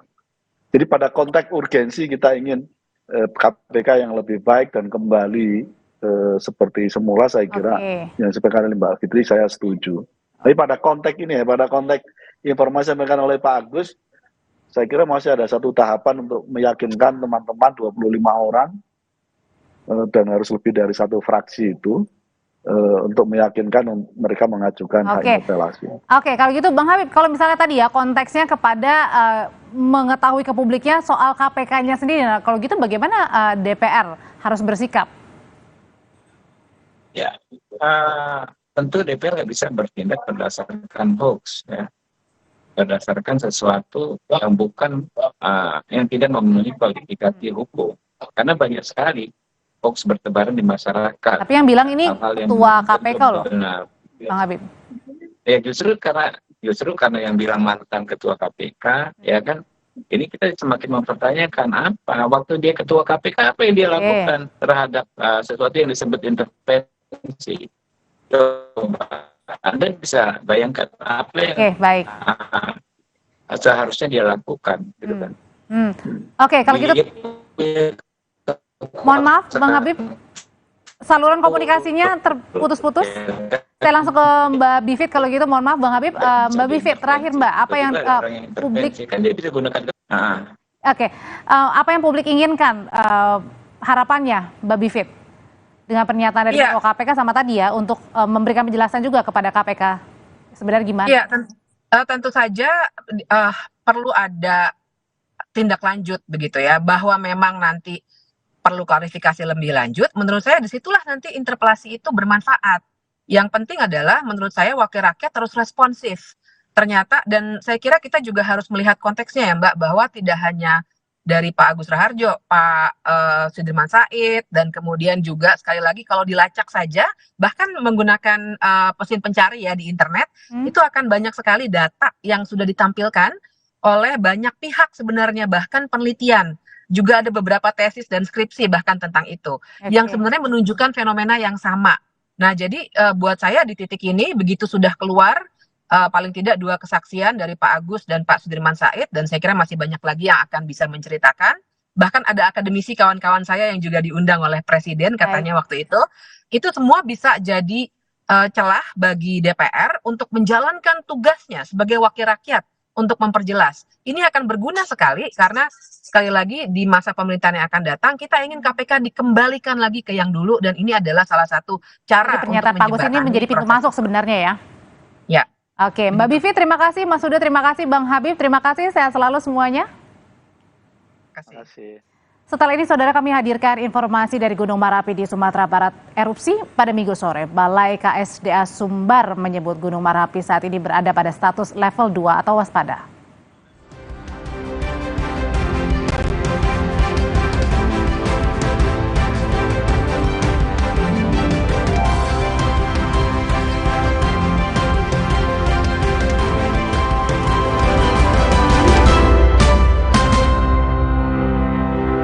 Mitsubishi X-Force. Everything you wish for is no longer imagination. Confidently enjoy every action.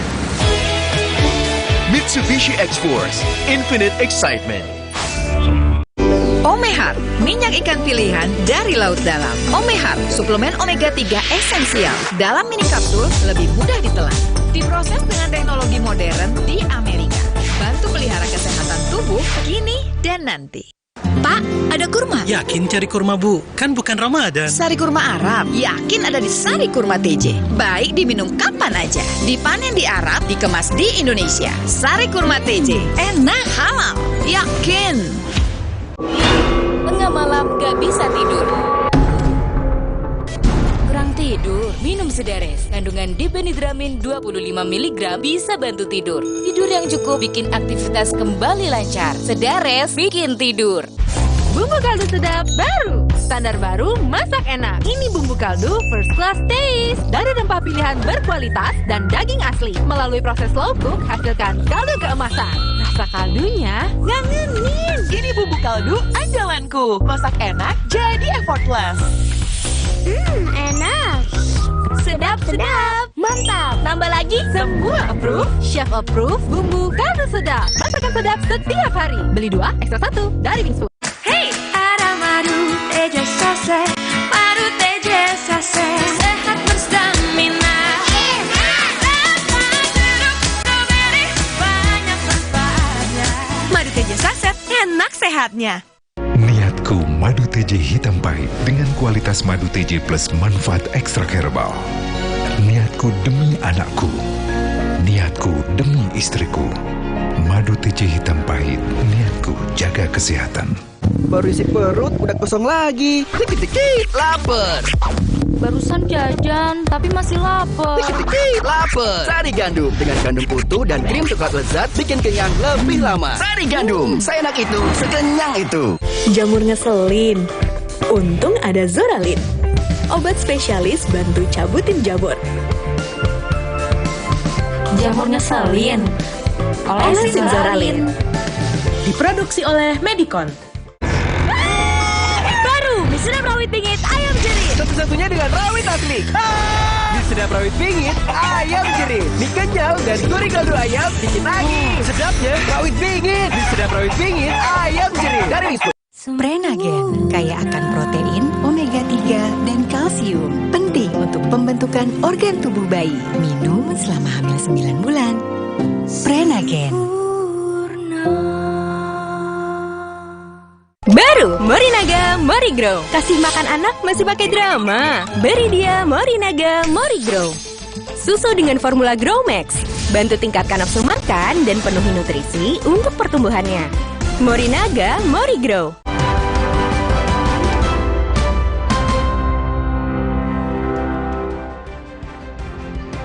Gunung Merapi di Sumatera Barat erupsi Minggu sore. Belai KSDA, Saudara, menyebut Gunung Merapi saat ini berada pada status level 2 atau waspada.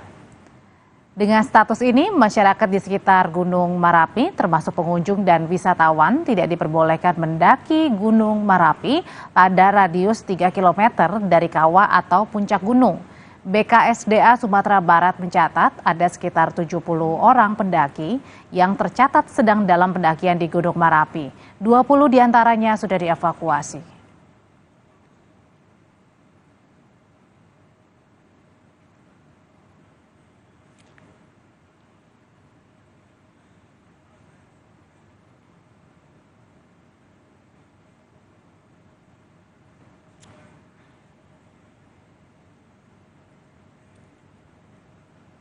Gunung Merapi yang berada di Batu Sangkar, Sumatera Barat erupsi Minggu sore. Merapi memuntahkan batu kerikil dan debu vulkanik dari kawahnya. Ketinggian erupsi Gunung Merapi juga nampak dari kota Bukit Tinggi. Saat erupsi terjadi, banyak warga saudara yang masih memilih bertahan di rumah masing-masing.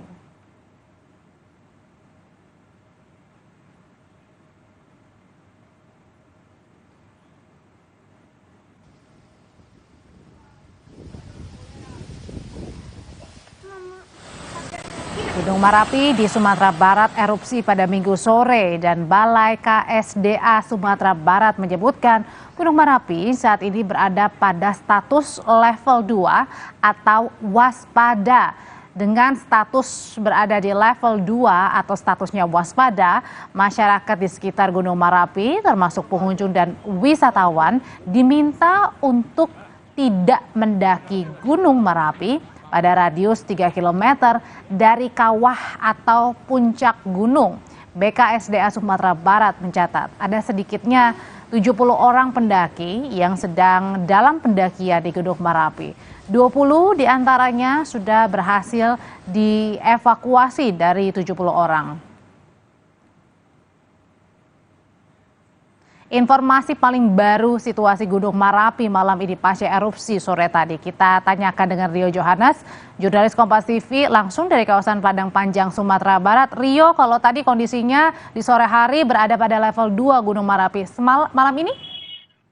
Ya, untuk malam ini hingga pukul 18 sore tadi tercatat sudah 9 kali Gunung Merapi erupsi, tapi kecenderungannya memang intensitasnya melihat penurunan, amplitudenya menurun. Untuk statusnya memang hingga saat ini masih tahap level 2 waspada. Dari letusan yang telah terjadi 9 kali ini, pos pengamatan Gunung Merapi Provinsi Sumatera Barat itu mencatat bahwasanya semburan abu vulkaniknya ini terbawa arus angin ke arah tenggara hingga menuju ke daerah Kota Bukit Tinggi dan Kabupaten Agam. Ini radiusnya hingga 10 km. Namun demikian memang sampai saat ini statusnya masih level 2, di mana masyarakat itu untuk tidak mendekati kawah hingga radius 3 km. Demikian. Masih berada pada level 2 atau waspada. Dan sementara itu kan ada 70 pendaki, 20 sudah dievakuasi. 50 orang lagi gimana, Rio? Ya, dari data BKSDA Provinsi Sumatera Barat, memang secara resmi ada 70 orang pendaki yang masuk melalui pintu pendakian Pano dan itu pendakian Kota Baru.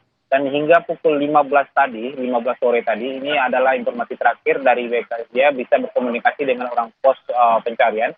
Itu sudah 28 orang yang turun.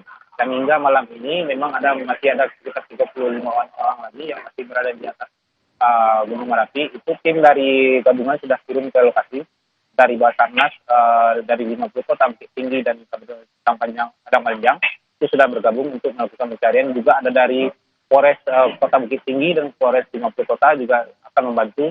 Pada malam ini mereka merencanakan akan melakukan penyisiran untuk membantu evakuasi para pendaki yang masih terjebak di atas Gunung Merapi. Demikian. Karena berada di level 2 atau waspada, para pengunjung ini dilarang untuk mendekati Gunung Merapi dalam radius 3 km paling dekat. Terima kasih laporannya jurnalis Kompas TV Rio Johannes. Setelah ini, saudara, gunung permukiman penduduk di daerah Khan Yunis, jalur Gaza menjadi target serangan rudal Israel. Informasi selengkapnya usai jeda.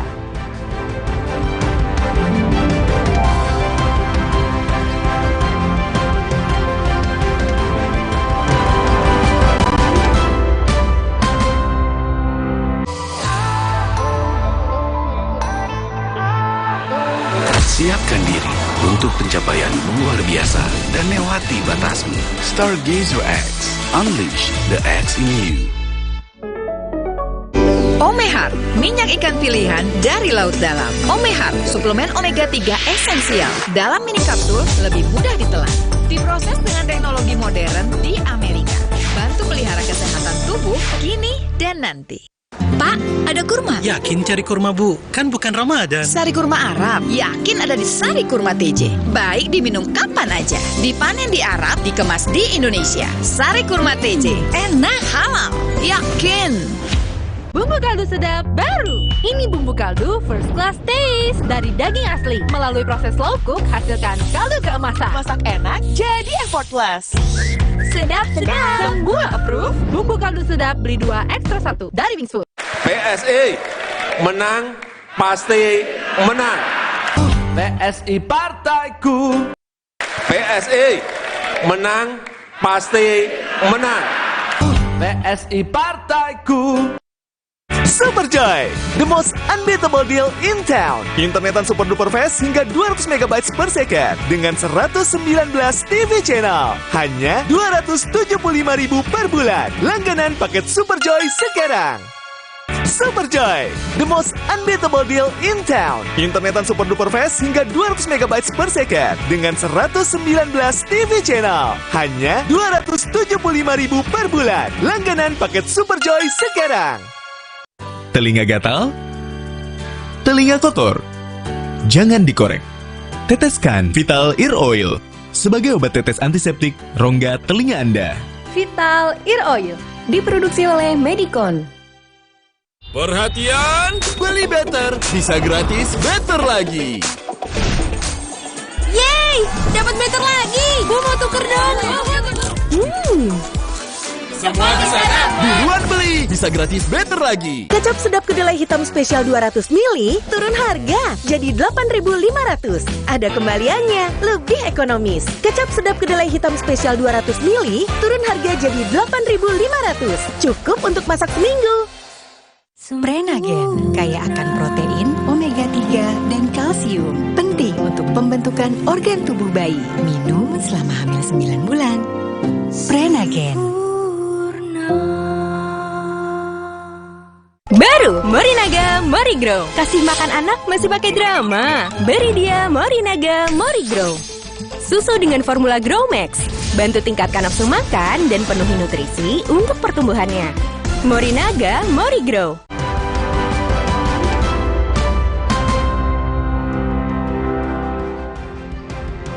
Militer Israel berupaya memperluas serangan darat di wilayah Gaza. Gedung permukiman penduduk di daerah Khan Yunis menjadi target serangan rudal Israel.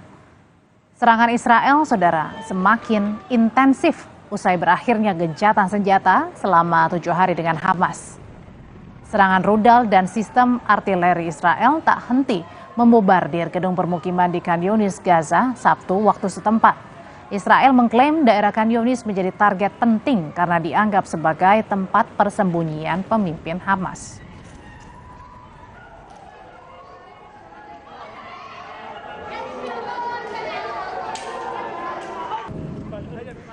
Kami tutup Sapa Indonesia Malam sampai di sini dulu. Pemilu akan digelar 14 Februari 2024 dan ikuti terus perkembangannya hanya di Kompas TV, independen, terpercaya. Saya Audrey Chandra pamit, selamat malam.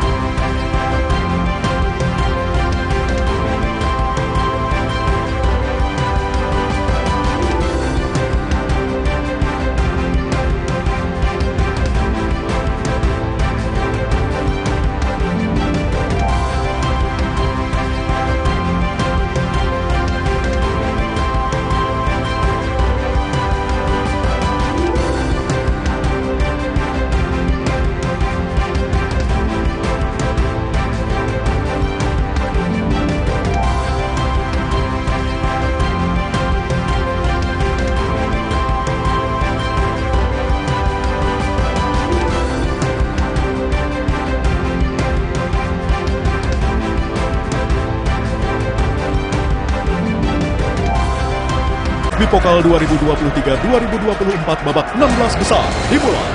Big Match. Permainan ofensif Bayer Leverkusen bersama pelatih anyar mereka Xabi Alonso akan diuji saat menghadapi pertahanan solid SC Paderborn. Rabu 6 Desember pukul 11.45 malam. Jual beli serangan akan tersaji di markas VfB Stuttgart saat menerima lawatan Borussia Dortmund yang berupaya memetik kemenangan. Kamis 7 Desember pukul 2:30 dini hari live di Kompas TV.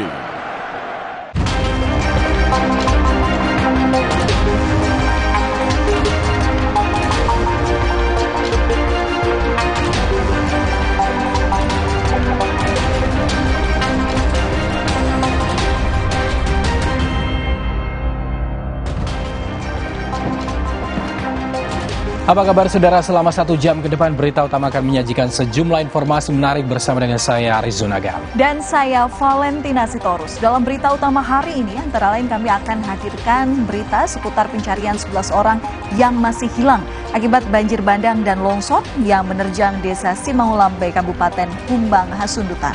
Informasi dan ulasan lengkapnya saudara akan kami hadirkan bersama dengan berita pilihan yang sudah kami siapkan untuk Anda. Dan berita lain yang aktual untuk Anda simak di antaranya.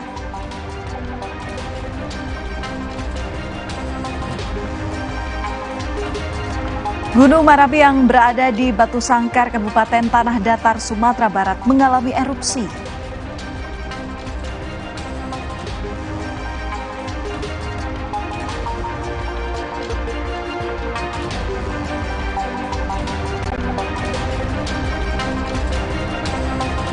Lagi-lagi seorang pelajar sekolah menjadi korban perundungan teman sebayanya. Kali ini lantaran salah paham.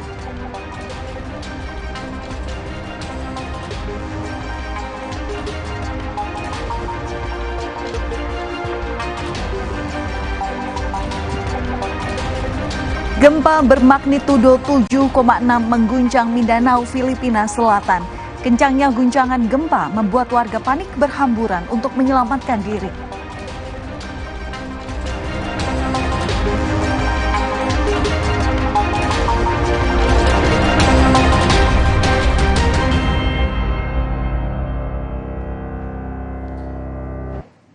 Kita ke informasi pertama, saudara. Sebuah rumah ambruk lantaran pergerakan tanah di Sukabumi, Jawa Barat.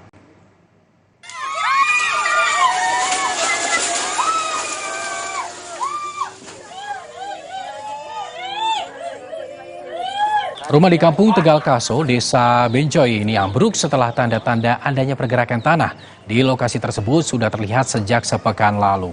Saat kejadian, seluruh penghuni rumah serta perabotnya sudah dipindahkan ke tempat lain. Di kawasan permukiman ini, saudara, terdapat retakan sepanjang 100 hingga 200 meter dengan kedalaman 1 hingga 2 meter.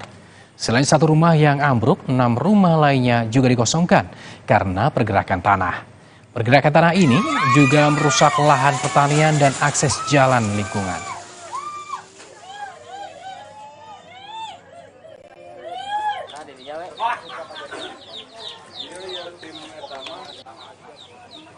Saudara, kebakaran menghanguskan 3 rumah toko dan 2 unit motor di Samarinda, Kalimantan Timur.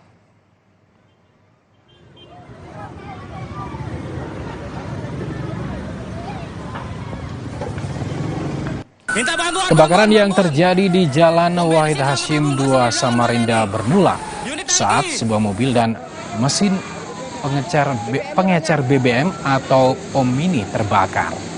Api dengan cepat membesar dan membakar ruko hingga menghanguskan seluruh isinya. Menurut keterangan saksi, kebakaran diduga akibat salah satu pemilik tempat pengecer bahan bakar minyak atau pom mini merokok saat memindahkan BBM ke jerigen minyak. Setelah 1 jam, api berhasil dipadamkan.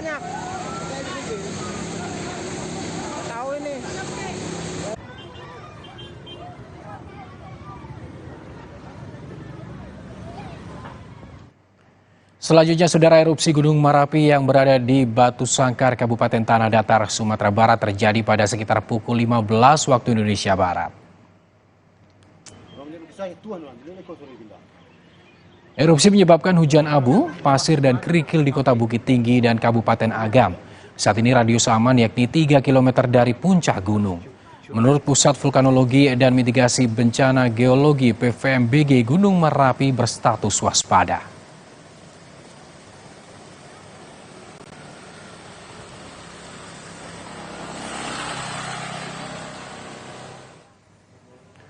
Kita ke informasi lainnya, saudara. Calon Presiden nomor urut 1 Anies Baswedan menjalani kampanye hari ke-6 dengan menyapa tokoh masyarakat dan ulama di Pondok Pesantren Persulukan Naksabandiah Tanjung Morawa, Deli Serdang, Sumatera Utara.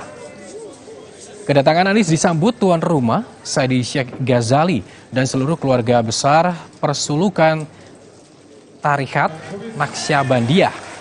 Anies hadir dengan didampingi Ketua Tim Pemenangan Anies Imin, Edi Ramayadi.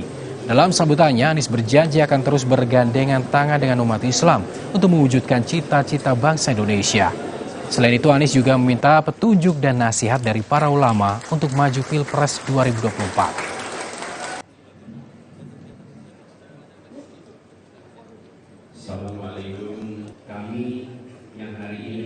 Sementara itu, calon presiden nomor urut 2 Prabowo Subianto, saudara, hari ini mengunjungi Masjid Banten Lama sekaligus berziarah ke makam Sultan Maulana Hasanuddin Banten.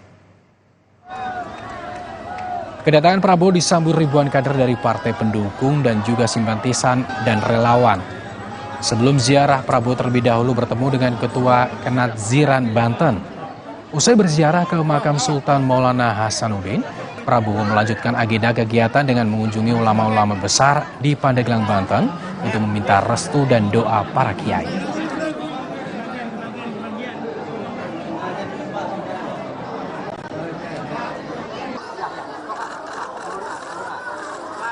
Saudara, usai dari Lombok, Nusa Tenggara Barat, Capres nomor urut 3 Ganjar Pranowo melanjutkan kampanye ke Kendari, Sulawesi Tenggara.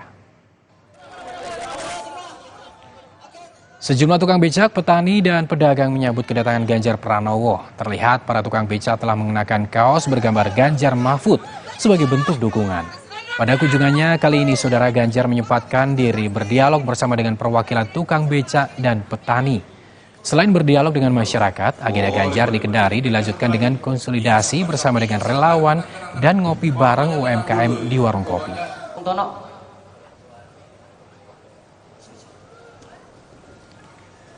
Saudara, datang ke Car Free Day di Bundaran HI, Jakarta, Capres nomor urut 2 Gibran Rakabuming Raka membagikan susu gratis.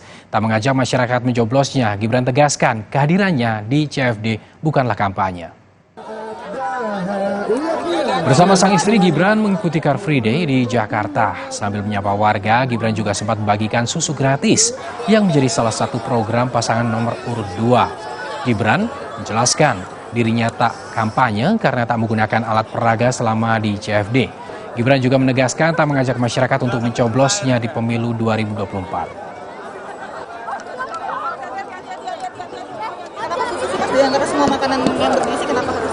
Ya, itu kan salah satu dari program kami, akan ada program makan siang gratis dan susu gratis. Nah, kenapa kita sebenarnya kan tanpa APK, ini kosong ya.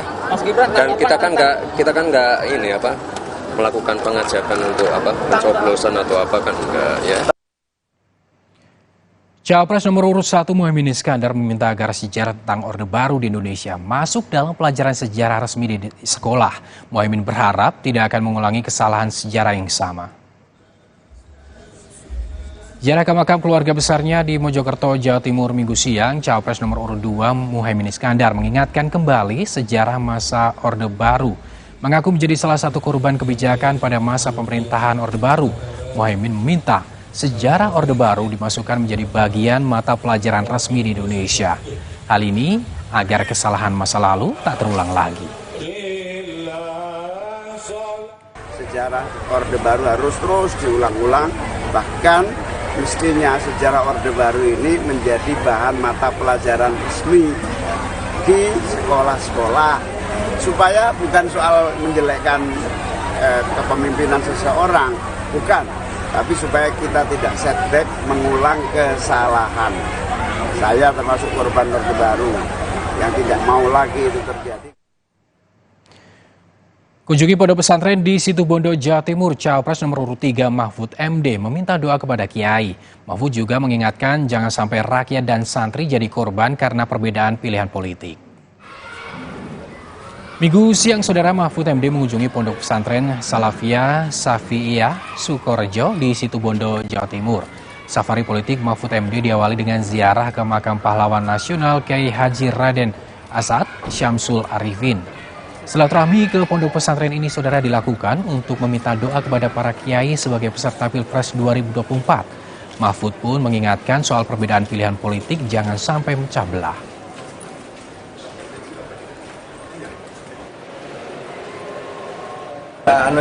Kita ndak bicara dukungan kiai itu sudah punya sikap politik yang masing-masing otonom. Tetapi kita minta doa saja, karena kiai itu juga sudah cerdas-cerdas. Yang penting rakyat dan santri tidak menjadi korban karena perbedaan pilihan politik. Saudara, kasus kematian mahasiswa bernama Aldi Sahilatua Nababan di dalam kamar indekosnya di Bali hingga kini masih belum menemukan titik terang. Informasinya akan kami ulas saat lagi dalam 3 topik terhangat dalam sepekan.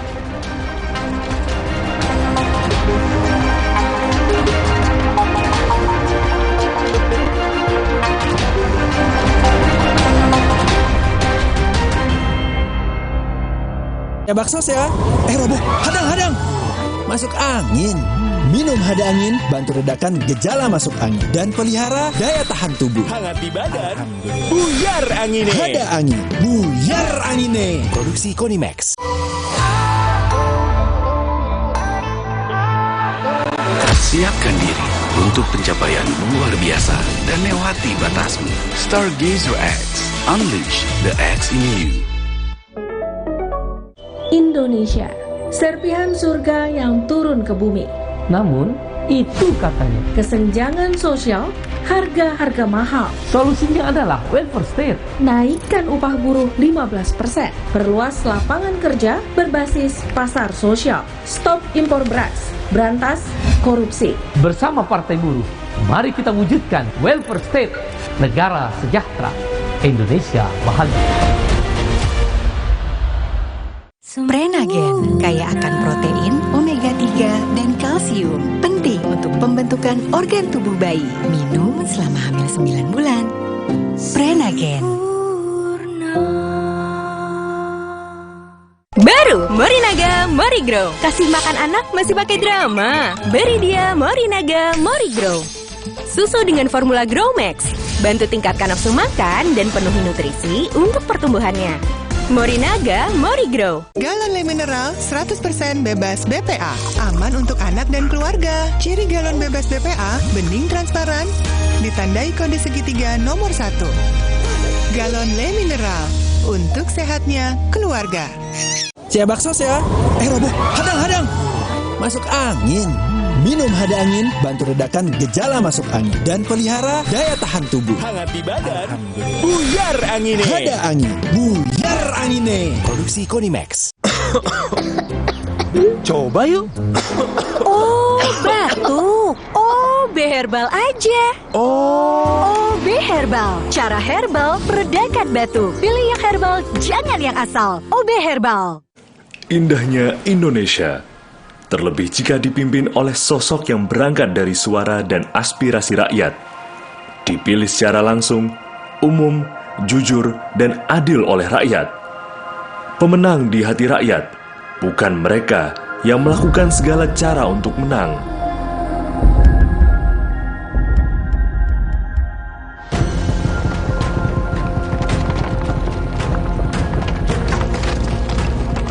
Ayo hentikan.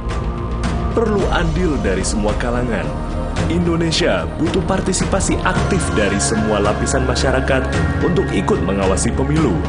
Bersama, kita wujudkan pesta demokrasi yang berintegritas. Mulai dari kamu, laporkan langsung apabila terjadi pelanggaran pemilu kepada pengawas pemilu. Ayo awasi bersama Pemilu 2024 untuk pemilu yang bersih dan damai. Gatal karena campuran kutu air, mati kutu dengan Fungider.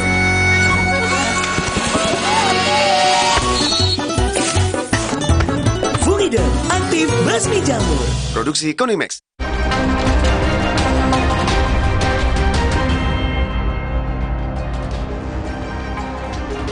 Saudara, strategi kampanye para pasangan Capres, Cawapres mengawali ulasan 3 topik terhangat kali ini. Kemudian dilanjutkan dengan kasus kematian mahasiswa di kamar kosnya yang ada di Bali yang hingga saat ini motifnya belum terungkap. Dan yang terakhir adalah perundungan yang dialami seorang remaja lantaran menolak ikut geng motor.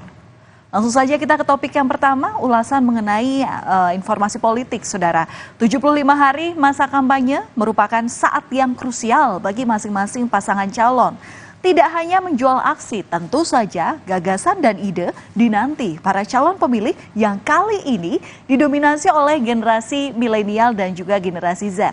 Sejumlah strategi dan taktik super kreatif pun telah disiapkan untuk memikat para pemilih yang mayoritas adalah generasi milenial dan Gen Z. Mari kita bedah satu persatu.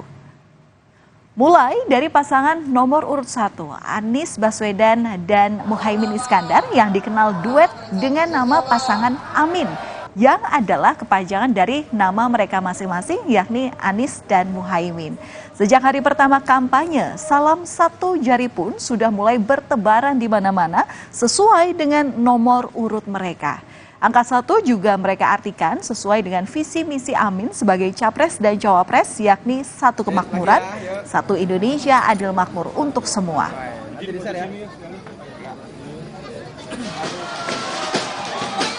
Kemudian kita beralih ke pasangan nomor urut 2, Prabowo Gibran. Semenjak Pilpres menghangat, image gemoy semakin melekat dengan Prabowo. Apalagi Prabowo kerap berjoget dalam berbagai kesempatan yang disebutnya merupakan bagian dari alam bawah sadarnya jika menerima kabar gembira. Menurut Ketua Tim Kampanye Nasional Prabowo Gibran, image gemoy yang menjadi perhatian anak muda ini lahir secara organik.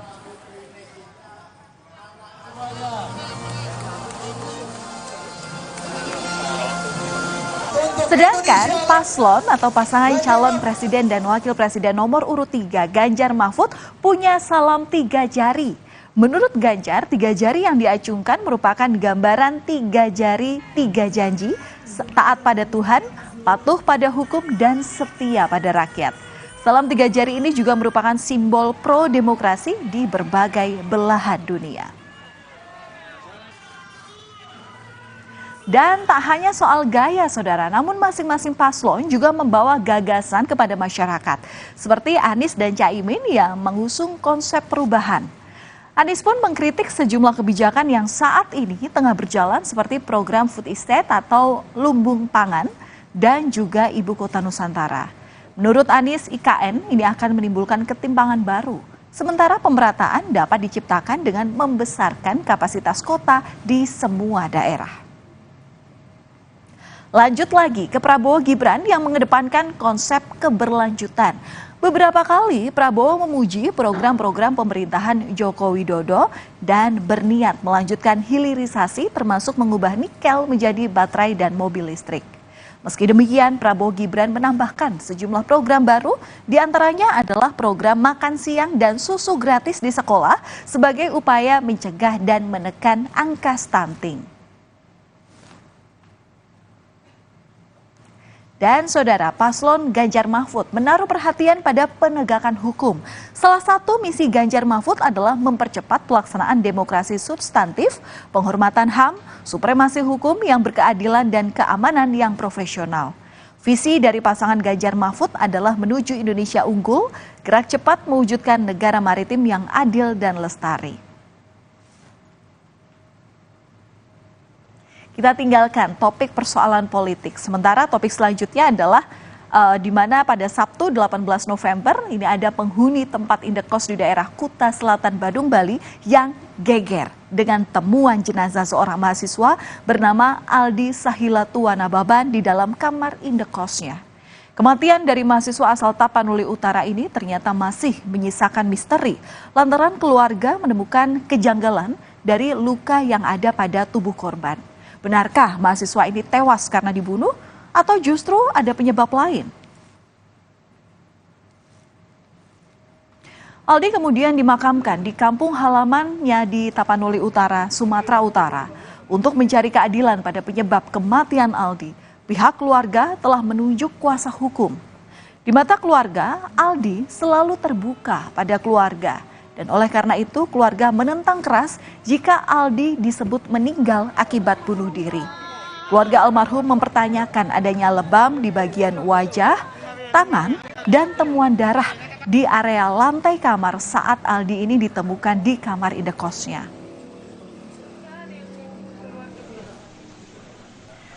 Saudara, saat jasad Aldi ditemukan di kamar indekos nomor 10 di Kuta Selatan, Bali, yang sudah 1,5 tahun ditempatinya, selama itu Aldi memang jarang berinteraksi dengan penghuni lain ataupun dengan pemilik rumah indekos. Bahkan jarang dikunjungi oleh teman ataupun juga kerabat. Dan saat itu lalat hijau jadi petunjuk jenazah Aldi Sahila Nababan ditemukan. Saat itu pemilik rumah indekos tengah membersihkan halaman di area kamar nomor 7 hingga 10. Namun di depan kamar Aldi yang nomor 10 saat itu banyak lalat hijau dan juga bau busuk menyengat dari kamar Aldi. Melihat ada tali di bagian ventilasi dan ceceran darah keluar dari pintu, pemilik kamar indekos mencoba mengedor pintu Aldi. Hingga akhirnya memanggil polisi. Dan saat itulah jenazah Aldi ditemukan dalam kondisi terlilit tali. Dari kondisi saat jenazah Aldi ditemukan oleh polisi ini, muncul dugaan awal bahwa Aldi meninggal karena bunuh diri. Namun hal ini disanggah oleh pihak keluarga lantaran terdapat luka-luka yang tak wajar di bagian tubuh Aldi. Kejanggalan lain, jenazah ini langsung diterbangkan dari Bali ke Bandara Kuala Namu Medan tanpa adanya konfirmasi dari pihak keluarga inti. Polisi pun melakukan otopsi jenazah Aldi di Rumah Sakit Bayangkara Medan.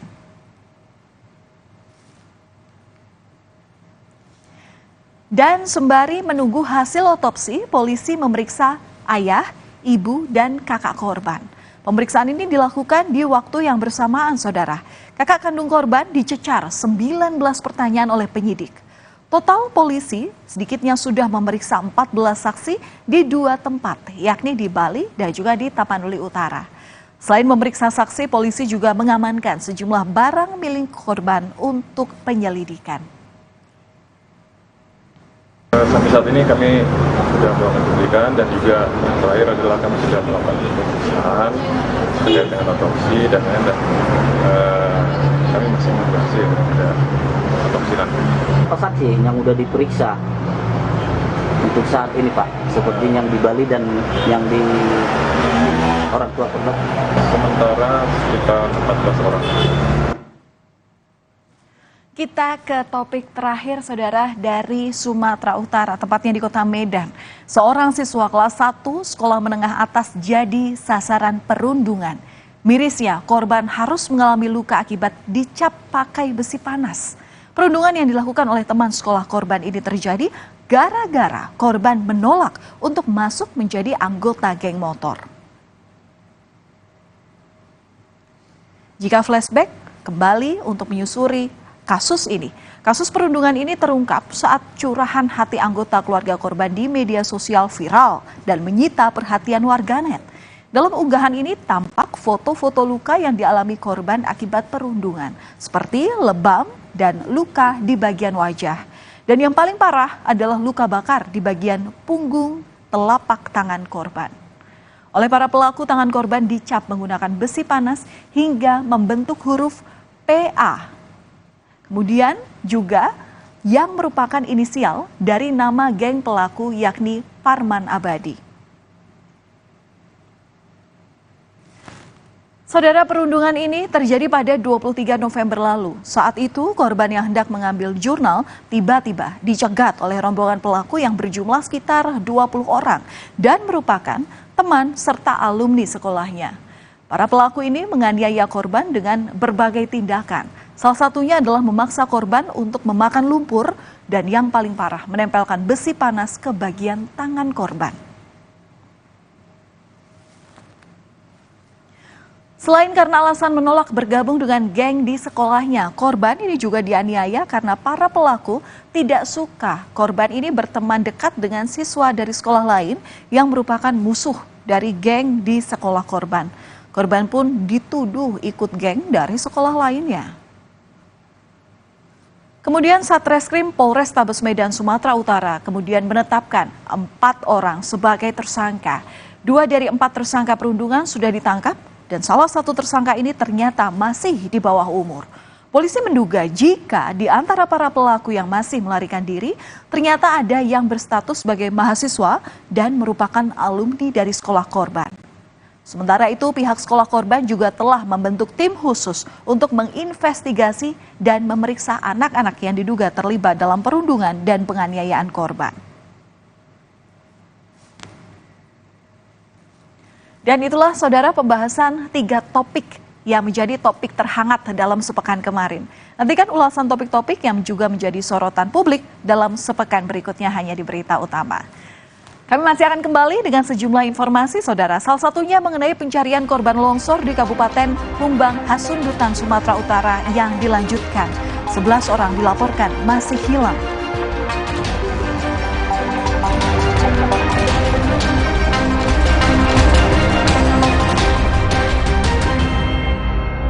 Pilihan sementara bersaudara selamanya. Pesta demokrasi ada sebentar lagi. Mari bijak memilih untuk bangsa Indonesia. Pesta rakyat damai tanpa adu emosi. Politik sara jadi musuh bersama. Juga politik uang wajib divideokan dan langsung laporkan ke Bawaslu setempat. Politik praktis buat rakyat menangis. Hoax dan isu sara lawan kita bersama. Beda pilihan Subianto. saudara selamanya.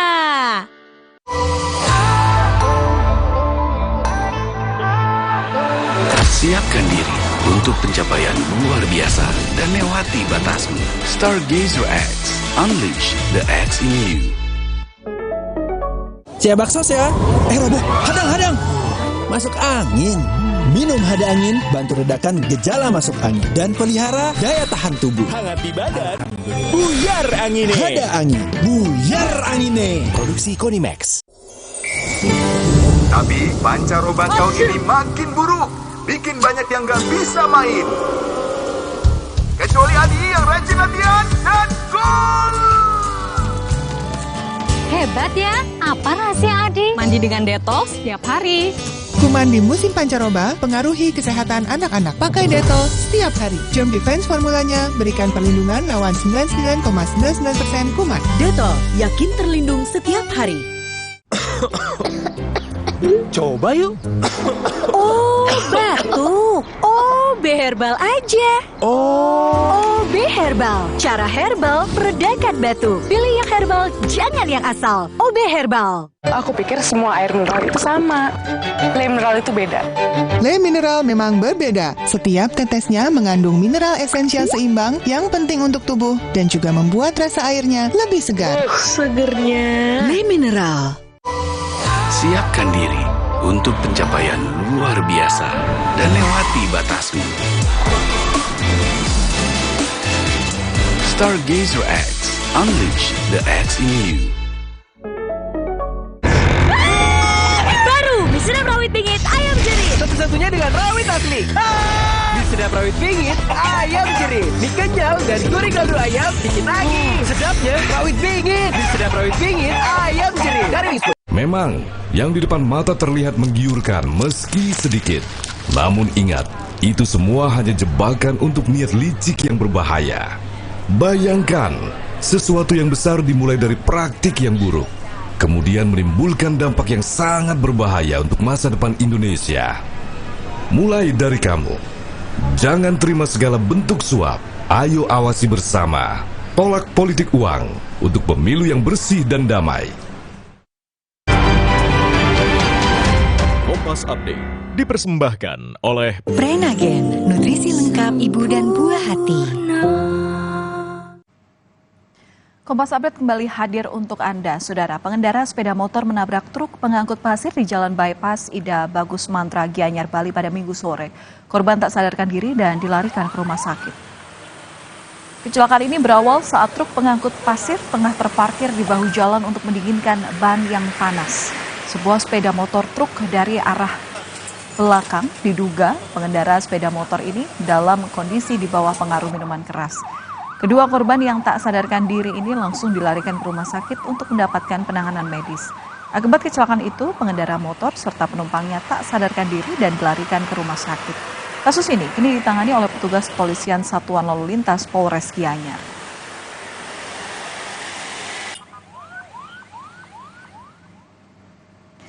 Demikian Kompas Update, program berita utama akan kembali untuk Anda. Kompas Update dipersembahkan oleh Morigro. Morinaga Morigro, susu dengan formula Grow Max, bantu optimalkan nutrisi anak. Prenagen, kaya akan protein, omega 3, dan kalsium. Penting untuk pembentukan organ tubuh bayi. Minum selama hamil 9 bulan. Prenagen. Baru Morinaga Morigro, kasih makan anak masih pakai drama. Beri dia Morinaga Morigro. Susu dengan formula Grow Max, bantu tingkatkan nafsu makan dan penuhi nutrisi untuk pertumbuhannya. Morinaga Morigro.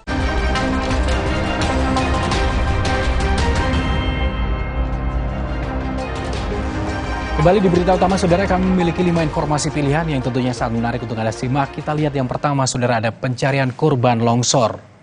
Saudara, banjir bandang dan longsor yang menerjang desa Simangulampe, Kabupaten Humbang Hasundutan pada Jumat malam meninggalkan kesedihan bagi para korban. Hingga kini petugas gabungan masih berupaya mencari 11 korban yang dinyatakan hilang. Alexander Silaban kehilangan 2 anak kandungnya akibat bencana banjir bandang dan longsor di Kabupaten Humbang Hasundutan, Sumatera Utara, Jumat malam. Tak menyerah, ia bersama sanak saudara pada Minggu pagi berupaya mencari keberadaan buah hatinya. Diduga korban tertimbun material longsor bebatuan yang besar. Saat kejadian, Alexander tengah berada di warung, sementara kedua anaknya berada di rumah. Udah pas ada tanda-tanda kejadian, aku kejar ke pertanyaan itu, padahal nggak pergi orang itu. Orang itu pun dengar suara gemuruh, berlari orang itu, tapi nggak sempat lagi. Sebelumnya banjir bandang dan longsor menerjang Desa Simungalampe, Kecamatan Bakti Raja, Kabupaten Humbang Hasundutan, Sumatera Utara, Jumat malam. 1 orang ditemukan meninggal dunia pada Sabtu sore, sementara 11 lainnya masih hilang. Hingga hari Minggu, tim SAR gabungan masih melakukan pencarian. Selain menurunkan anjing pelacak, sejumlah penyelam dikerahkan demi menemukan para korban. Mereka menduga korban terseret banjir bandang hingga ke Danau Toba.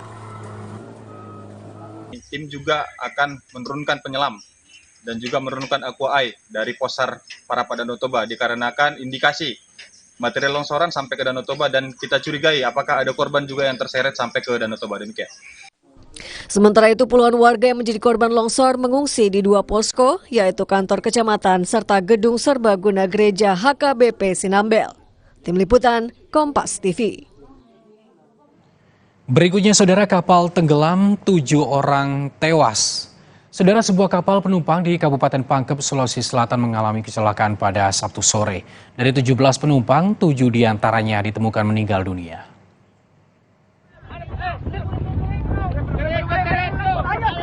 Satu persatu penumpang kapal motor yang menjadi korban kecelakaan ini dievakuasi oleh tim gabungan yang dibantu warga. Para petugas sempat menemui kesulitan lantaran cuaca di lokasi tak bersahabat. Peristiwa naas yang menimpa kapal motor antar pulau ini terjadi pada Sabtu sore.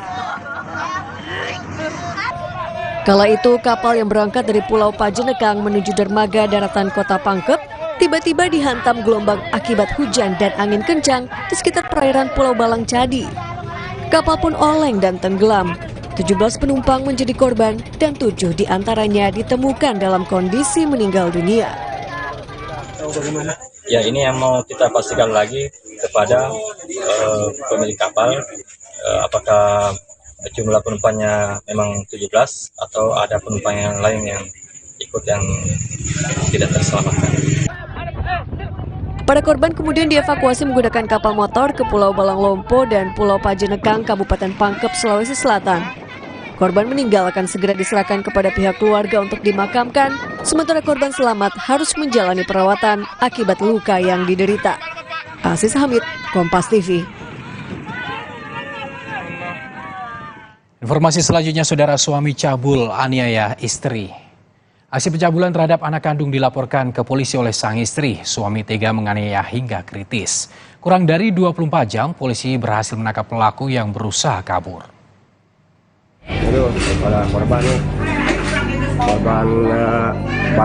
Video amatir ini merekam pasca aksi keji yang dilakukan oleh suami terhadap istrinya. Kami sengaja menyamarkan visual ini karena mengandung unsur kengerian. Pelaku warga Kabupaten Kuningan, Jawa Barat tega menganiaya istrinya menggunakan golok hingga korban kritis Sabtu malam. Bukan tanpa alasan, kemarahan suami memuncak usai korban melaporkan aksi bejatnya mencabuli anak kandung ke polisi. Mengetahui penganiayaan, warga seketika panik dan berusaha menolong korban dengan membawanya ke rumah sakit. Sementara pelaku yang berusaha kabur ke wilayah Cirebon berhasil ditangkap polisi. Ya, ada motif kemungkinan karena tidak terima dilaporkan oleh istrinya ke masalah terkait dengan pencabulan terhadap anak kandung. Pelaku ini ada dugaan juga melakukan pencabulan terhadap anaknya, melakukan pencabulan terhadap anak kandungnya. Dan terus kemudian barang bukti yang sudah kita amankan ada senjata tajam, golok di sana, dan kemudian ada pakaian daripada pelaku. Saat penangkapan, polisi terpaksa melakukan tindakan tegas karena pelaku melawan. Di hadapan petugas, sang suami mengaku marah dan kalap hingga nekat membacok korban. Dalam kasus pencabulan yang dilaporkan sang istri, pelaku selama ini selalu mangkir saat dimintai keterangan polisi. Kini, polisi pun akan menjerat pasal berlapis terhadap pelaku. Muhammad Syari Romdon, Kompas TV, Kuningan, Jawa Barat. Informasi pilihan berikutnya, saudara, viral perundungan siswi SMP. Sebuah video aksi perundungan seorang siswi SMP beredar dan menjadi sorotan. Peristiwa yang terjadi di Kabupaten Buton Tengah, Sulawesi Tenggara ini pun direspon polisi yang langsung menangkap 3 pelaku di bawah umur. Aksi perundungan yang direkam ini langsung menjadi sorotan warganet. Tak hanya mengandung unsur kekerasan, namun kasus ini mengundang keprihatinan. Seorang siswi SMP yang masih mengenakan seragam sekolah tiba-tiba dianiaya 3 orang pelaku hingga membabi buta. Peristiwa yang terjadi pada Kamis lalu ini berlangsung di sebuah kebun milik warga di Kabupaten Buton Tengah, Sulawesi Tenggara. Video ini diunggah oleh salah satu pelaku dan viral di media sosial. Polisi bergerak cepat dan menangkap 3 pelaku yang masih di bawah umur. Hanya karena salah paham, para pelaku tega menganiaya korban. Isi video tersebut ya ada penganiayaan di situ, ya ada penganiayaan di mana korban ditendang, dipukul, dan salah satu dari pelaku melakukan rekaman, kemudian diupload di media sosial. Peristiwa perundungan ini menjadi pengingat bagi para orang tua dan guru untuk memperketat pengawasan terhadap anak-anak. Para pelaku kini terancam pasal tentang perlindungan anak dan terancam hukuman 5 tahun penjara. Tim Liputan Kompas TV, Buton Tengah, Sulawesi Tenggara. Terakhir, saudara, terapi virtual reality difabel. Untuk memberikan kemudahan bagi penyandang disabilitas dalam melakukan terapi, Universitas Warmadewa Bali menciptakan terobosan baru melalui mobile virtual reality terapi.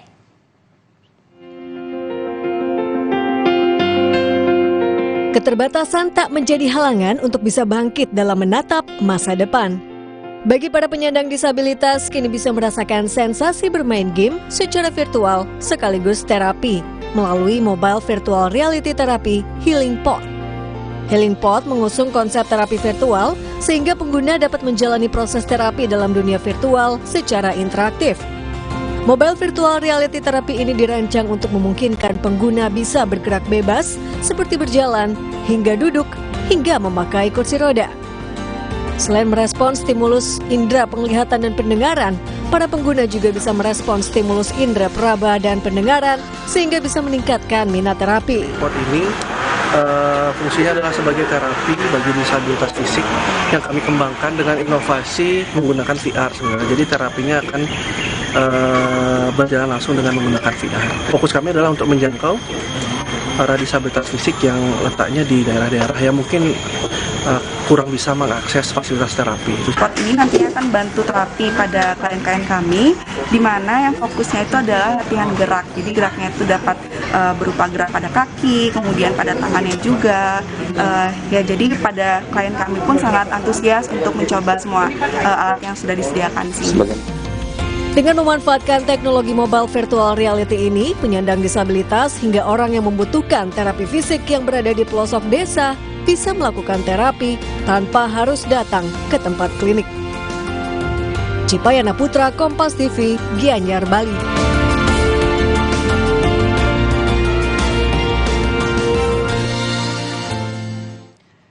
Saudara, usai jeda kami akan kembali dengan informasi polisi gagalkan penyeludupan ratusan ekor burung yang dilindungi di pintu masuk Pelabuhan Bakauheni, Lampung. Rencananya satwa dilindungi ini akan dibawa ke Jakarta.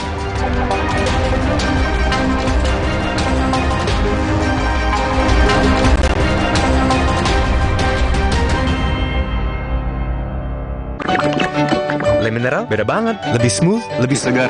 Le Mineral memang berbeda. Setiap tetesnya mengandung mineral esensial seimbang yang penting untuk tubuh dan juga membuat rasa airnya lebih segar. Dan lebih enteng. Le Mineral. Selamat datang, silakan. Hah? Emangnya ada waktu buat sakit kepala? Panadol Extra, cepat redakan sakit kepala dan nyeri yang mengganggu. Panadol Extra, cepat redakan sakit kepala, dapat diminum sebelum makan. Telinga gatal? Telinga kotor? Jangan dikorek. Teteskan Vital Ear Oil sebagai obat tetes antiseptik rongga telinga Anda. Vital Ear Oil. Diproduksi oleh Medicon. Kopiko ekstra besar. Ini lebih mantap kopinya. Enaknya, gak habis-habis, gak habis-habis, gak habis-habis. Kopiko. Bumbu kaldu sedap baru. Ini bumbu kaldu first class taste dari daging asli. Melalui proses slow cook, hasilkan kaldu keemasan. Masak enak, jadi effortless. Sedap. Semua approve. Bumbu kaldu sedap beli 2 ekstra 1 dari Wings Food. Galon Le Mineral 100% bebas BPA. Aman untuk anak dan keluarga. Ciri galon bebas BPA, bening transparan, ditandai kode segitiga nomor 1. Galon Le Mineral, untuk sehatnya keluarga. Minum 1 kaplet Canalflex setiap hari bila perlu. Canalflex mengandung glukosamin plus kalsium, vitamin D3, magnesium, dan zinc untuk bantu jaga kesehatan tulang dan sendi. Canalflex bergerak dengan tulang dan sendi sehat. Produksi oleh Medicon. Kecap sedap kedelai hitam spesial 200 ml turun harga jadi 8.500. Ada kembaliannya, lebih ekonomis. Kecap sedap kedelai hitam spesial 200 ml turun harga jadi 8.500. Cukup untuk masak seminggu. Kopiko ekstra besar. Ini lebih mantap kopinya. Enaknya, gak habis-habis, gak habis-habis, gak habis-habis. Kopiko. Siapkan diri untuk pencapaian luar biasa dan lewati batasmu. Stargazer X, unleash the X in you.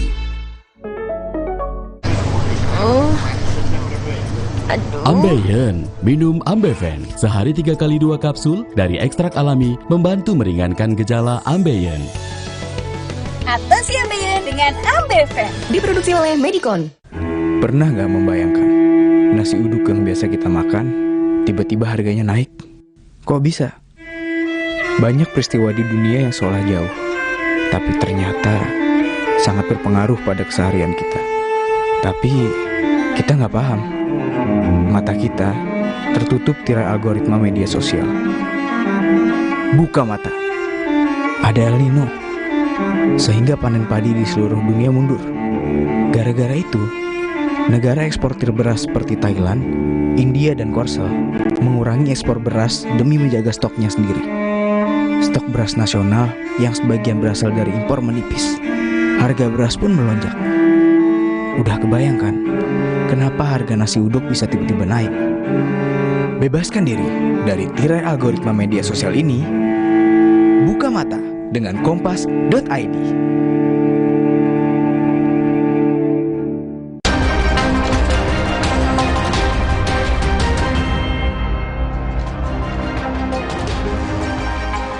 Saudara, polisi gagalkan penyelundupan ratusan ekor burung yang dilindungi di pintu masuk Pelabuhan Bakauheni, Lampung. Upaya penyelundupan satwa liar tersebut dilakukan oleh seorang warga Kabupaten Tulang Bawang Barat berinisial R. Pelaku membawa puluhan keranjang berisikan 190 ekor burung liar dari Tulang Bawang Barat untuk dikirim ke Jakarta Timur. Dari hasil pemeriksaan diketahui bahwa ratusan ekor burung tersebut merupakan jenis yang dilindungi, yakni burung cililin, cucak ijo, serindit, dan cucak ranting.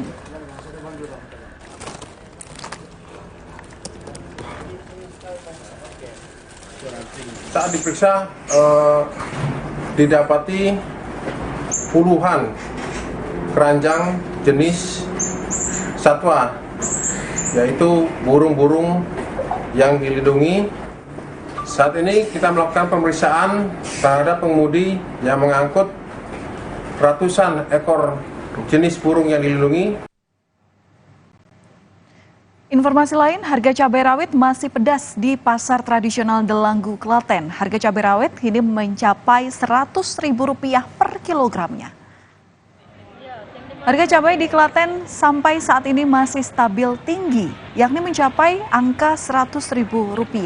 Padahal menurut pedagang pada 2 pekan lalu harga cabai rawit sempat turun menjadi Rp90.000 per kilogram.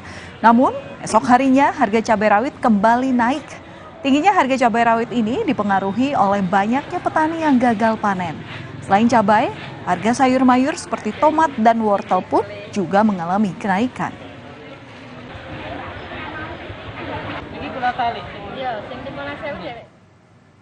Tingginya harga telur di Kota Tegal, Jawa Tengah membuat peternak ayam petelur Arab meraup untung besar. Omset per bulan para peternak ini bahkan mencapai angka 36 juta rupiah. Hartono yang merupakan peternak ayam petelur Arab, warga Kelurahan Tunon, Kecamatan Tegal Selatan, Kota Tegal, Jawa Tengah, merasakan untung besar dengan naiknya harga telur ayam di pasaran saat ini. Memiliki ayam petelur sekitar 1.110 ekor, ia berhasil memproduksi telur perharinya hingga 680 butir. Meski harga telur naik sebesar Rp200 menjadi Rp2.200 per butirnya, permintaan tetap meningkat. Hal inilah yang membuat omsetnya turut mengalami kenaikan sebesar Rp36 juta per bulannya. 3 bulan yang lalu 2.000 per butir, sekarang jadi 2.200 per butir. Omset untuk tiap bulan dari populasi yang sekarang ada itu kisaran 36 juta per bulan, dan dari profitnya hasil bersih kisaran 12 juta untuk saat ini. Saudara, Festival Sanggul Nusantara menjadi salah satu agenda dalam upaya pelestarian warisan budaya Nusantara di Semarang, Jawa Tengah.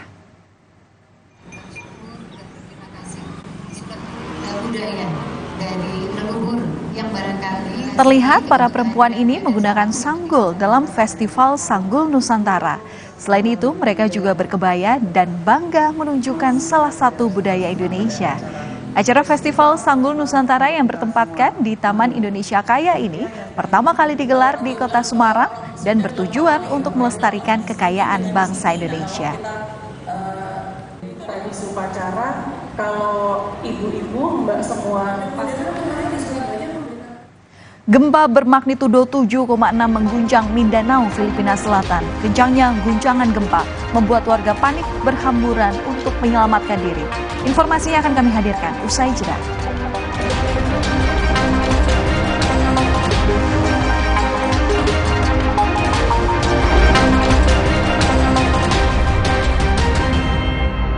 Aku pikir semua air mineral itu sama. Le mineral itu beda. Le mineral memang berbeda. Setiap tetesnya mengandung mineral esensial seimbang yang penting untuk tubuh dan juga membuat rasa airnya lebih segar. Segernya. Le mineral. Siapkan diri untuk pencapaian luar biasa dan lewati batasmu. Stargazer X, unleash the X in you. PSI menang pasti menang. PSI partaiku. PSI menang pasti menang. PSI partaiku. Galon Le Mineral 100% bebas BPA, aman untuk anak dan keluarga. Ciri galon bebas BPA, bening transparan, ditandai kode segitiga nomor 1. Galon Le Mineral, untuk sehatnya keluarga. Pernah gak membayangkan nasi uduk yang biasa kita makan tiba-tiba harganya naik? Kok bisa? Banyak peristiwa di dunia yang seolah jauh, tapi ternyata sangat berpengaruh pada keseharian kita. Tapi kita nggak paham. Mata kita tertutup tirai algoritma media sosial. Buka mata. Ada El Nino. Sehingga panen padi di seluruh dunia mundur. Gara-gara itu, negara eksportir beras seperti Thailand, India, dan Korsel mengurangi ekspor beras demi menjaga stoknya sendiri. Stok beras nasional yang sebagian berasal dari impor menipis. Harga beras pun melonjak. Udah kebayangkan kenapa harga nasi uduk bisa tiba-tiba naik? Bebaskan diri dari tirai algoritma media sosial ini. Buka mata dengan kompas.id.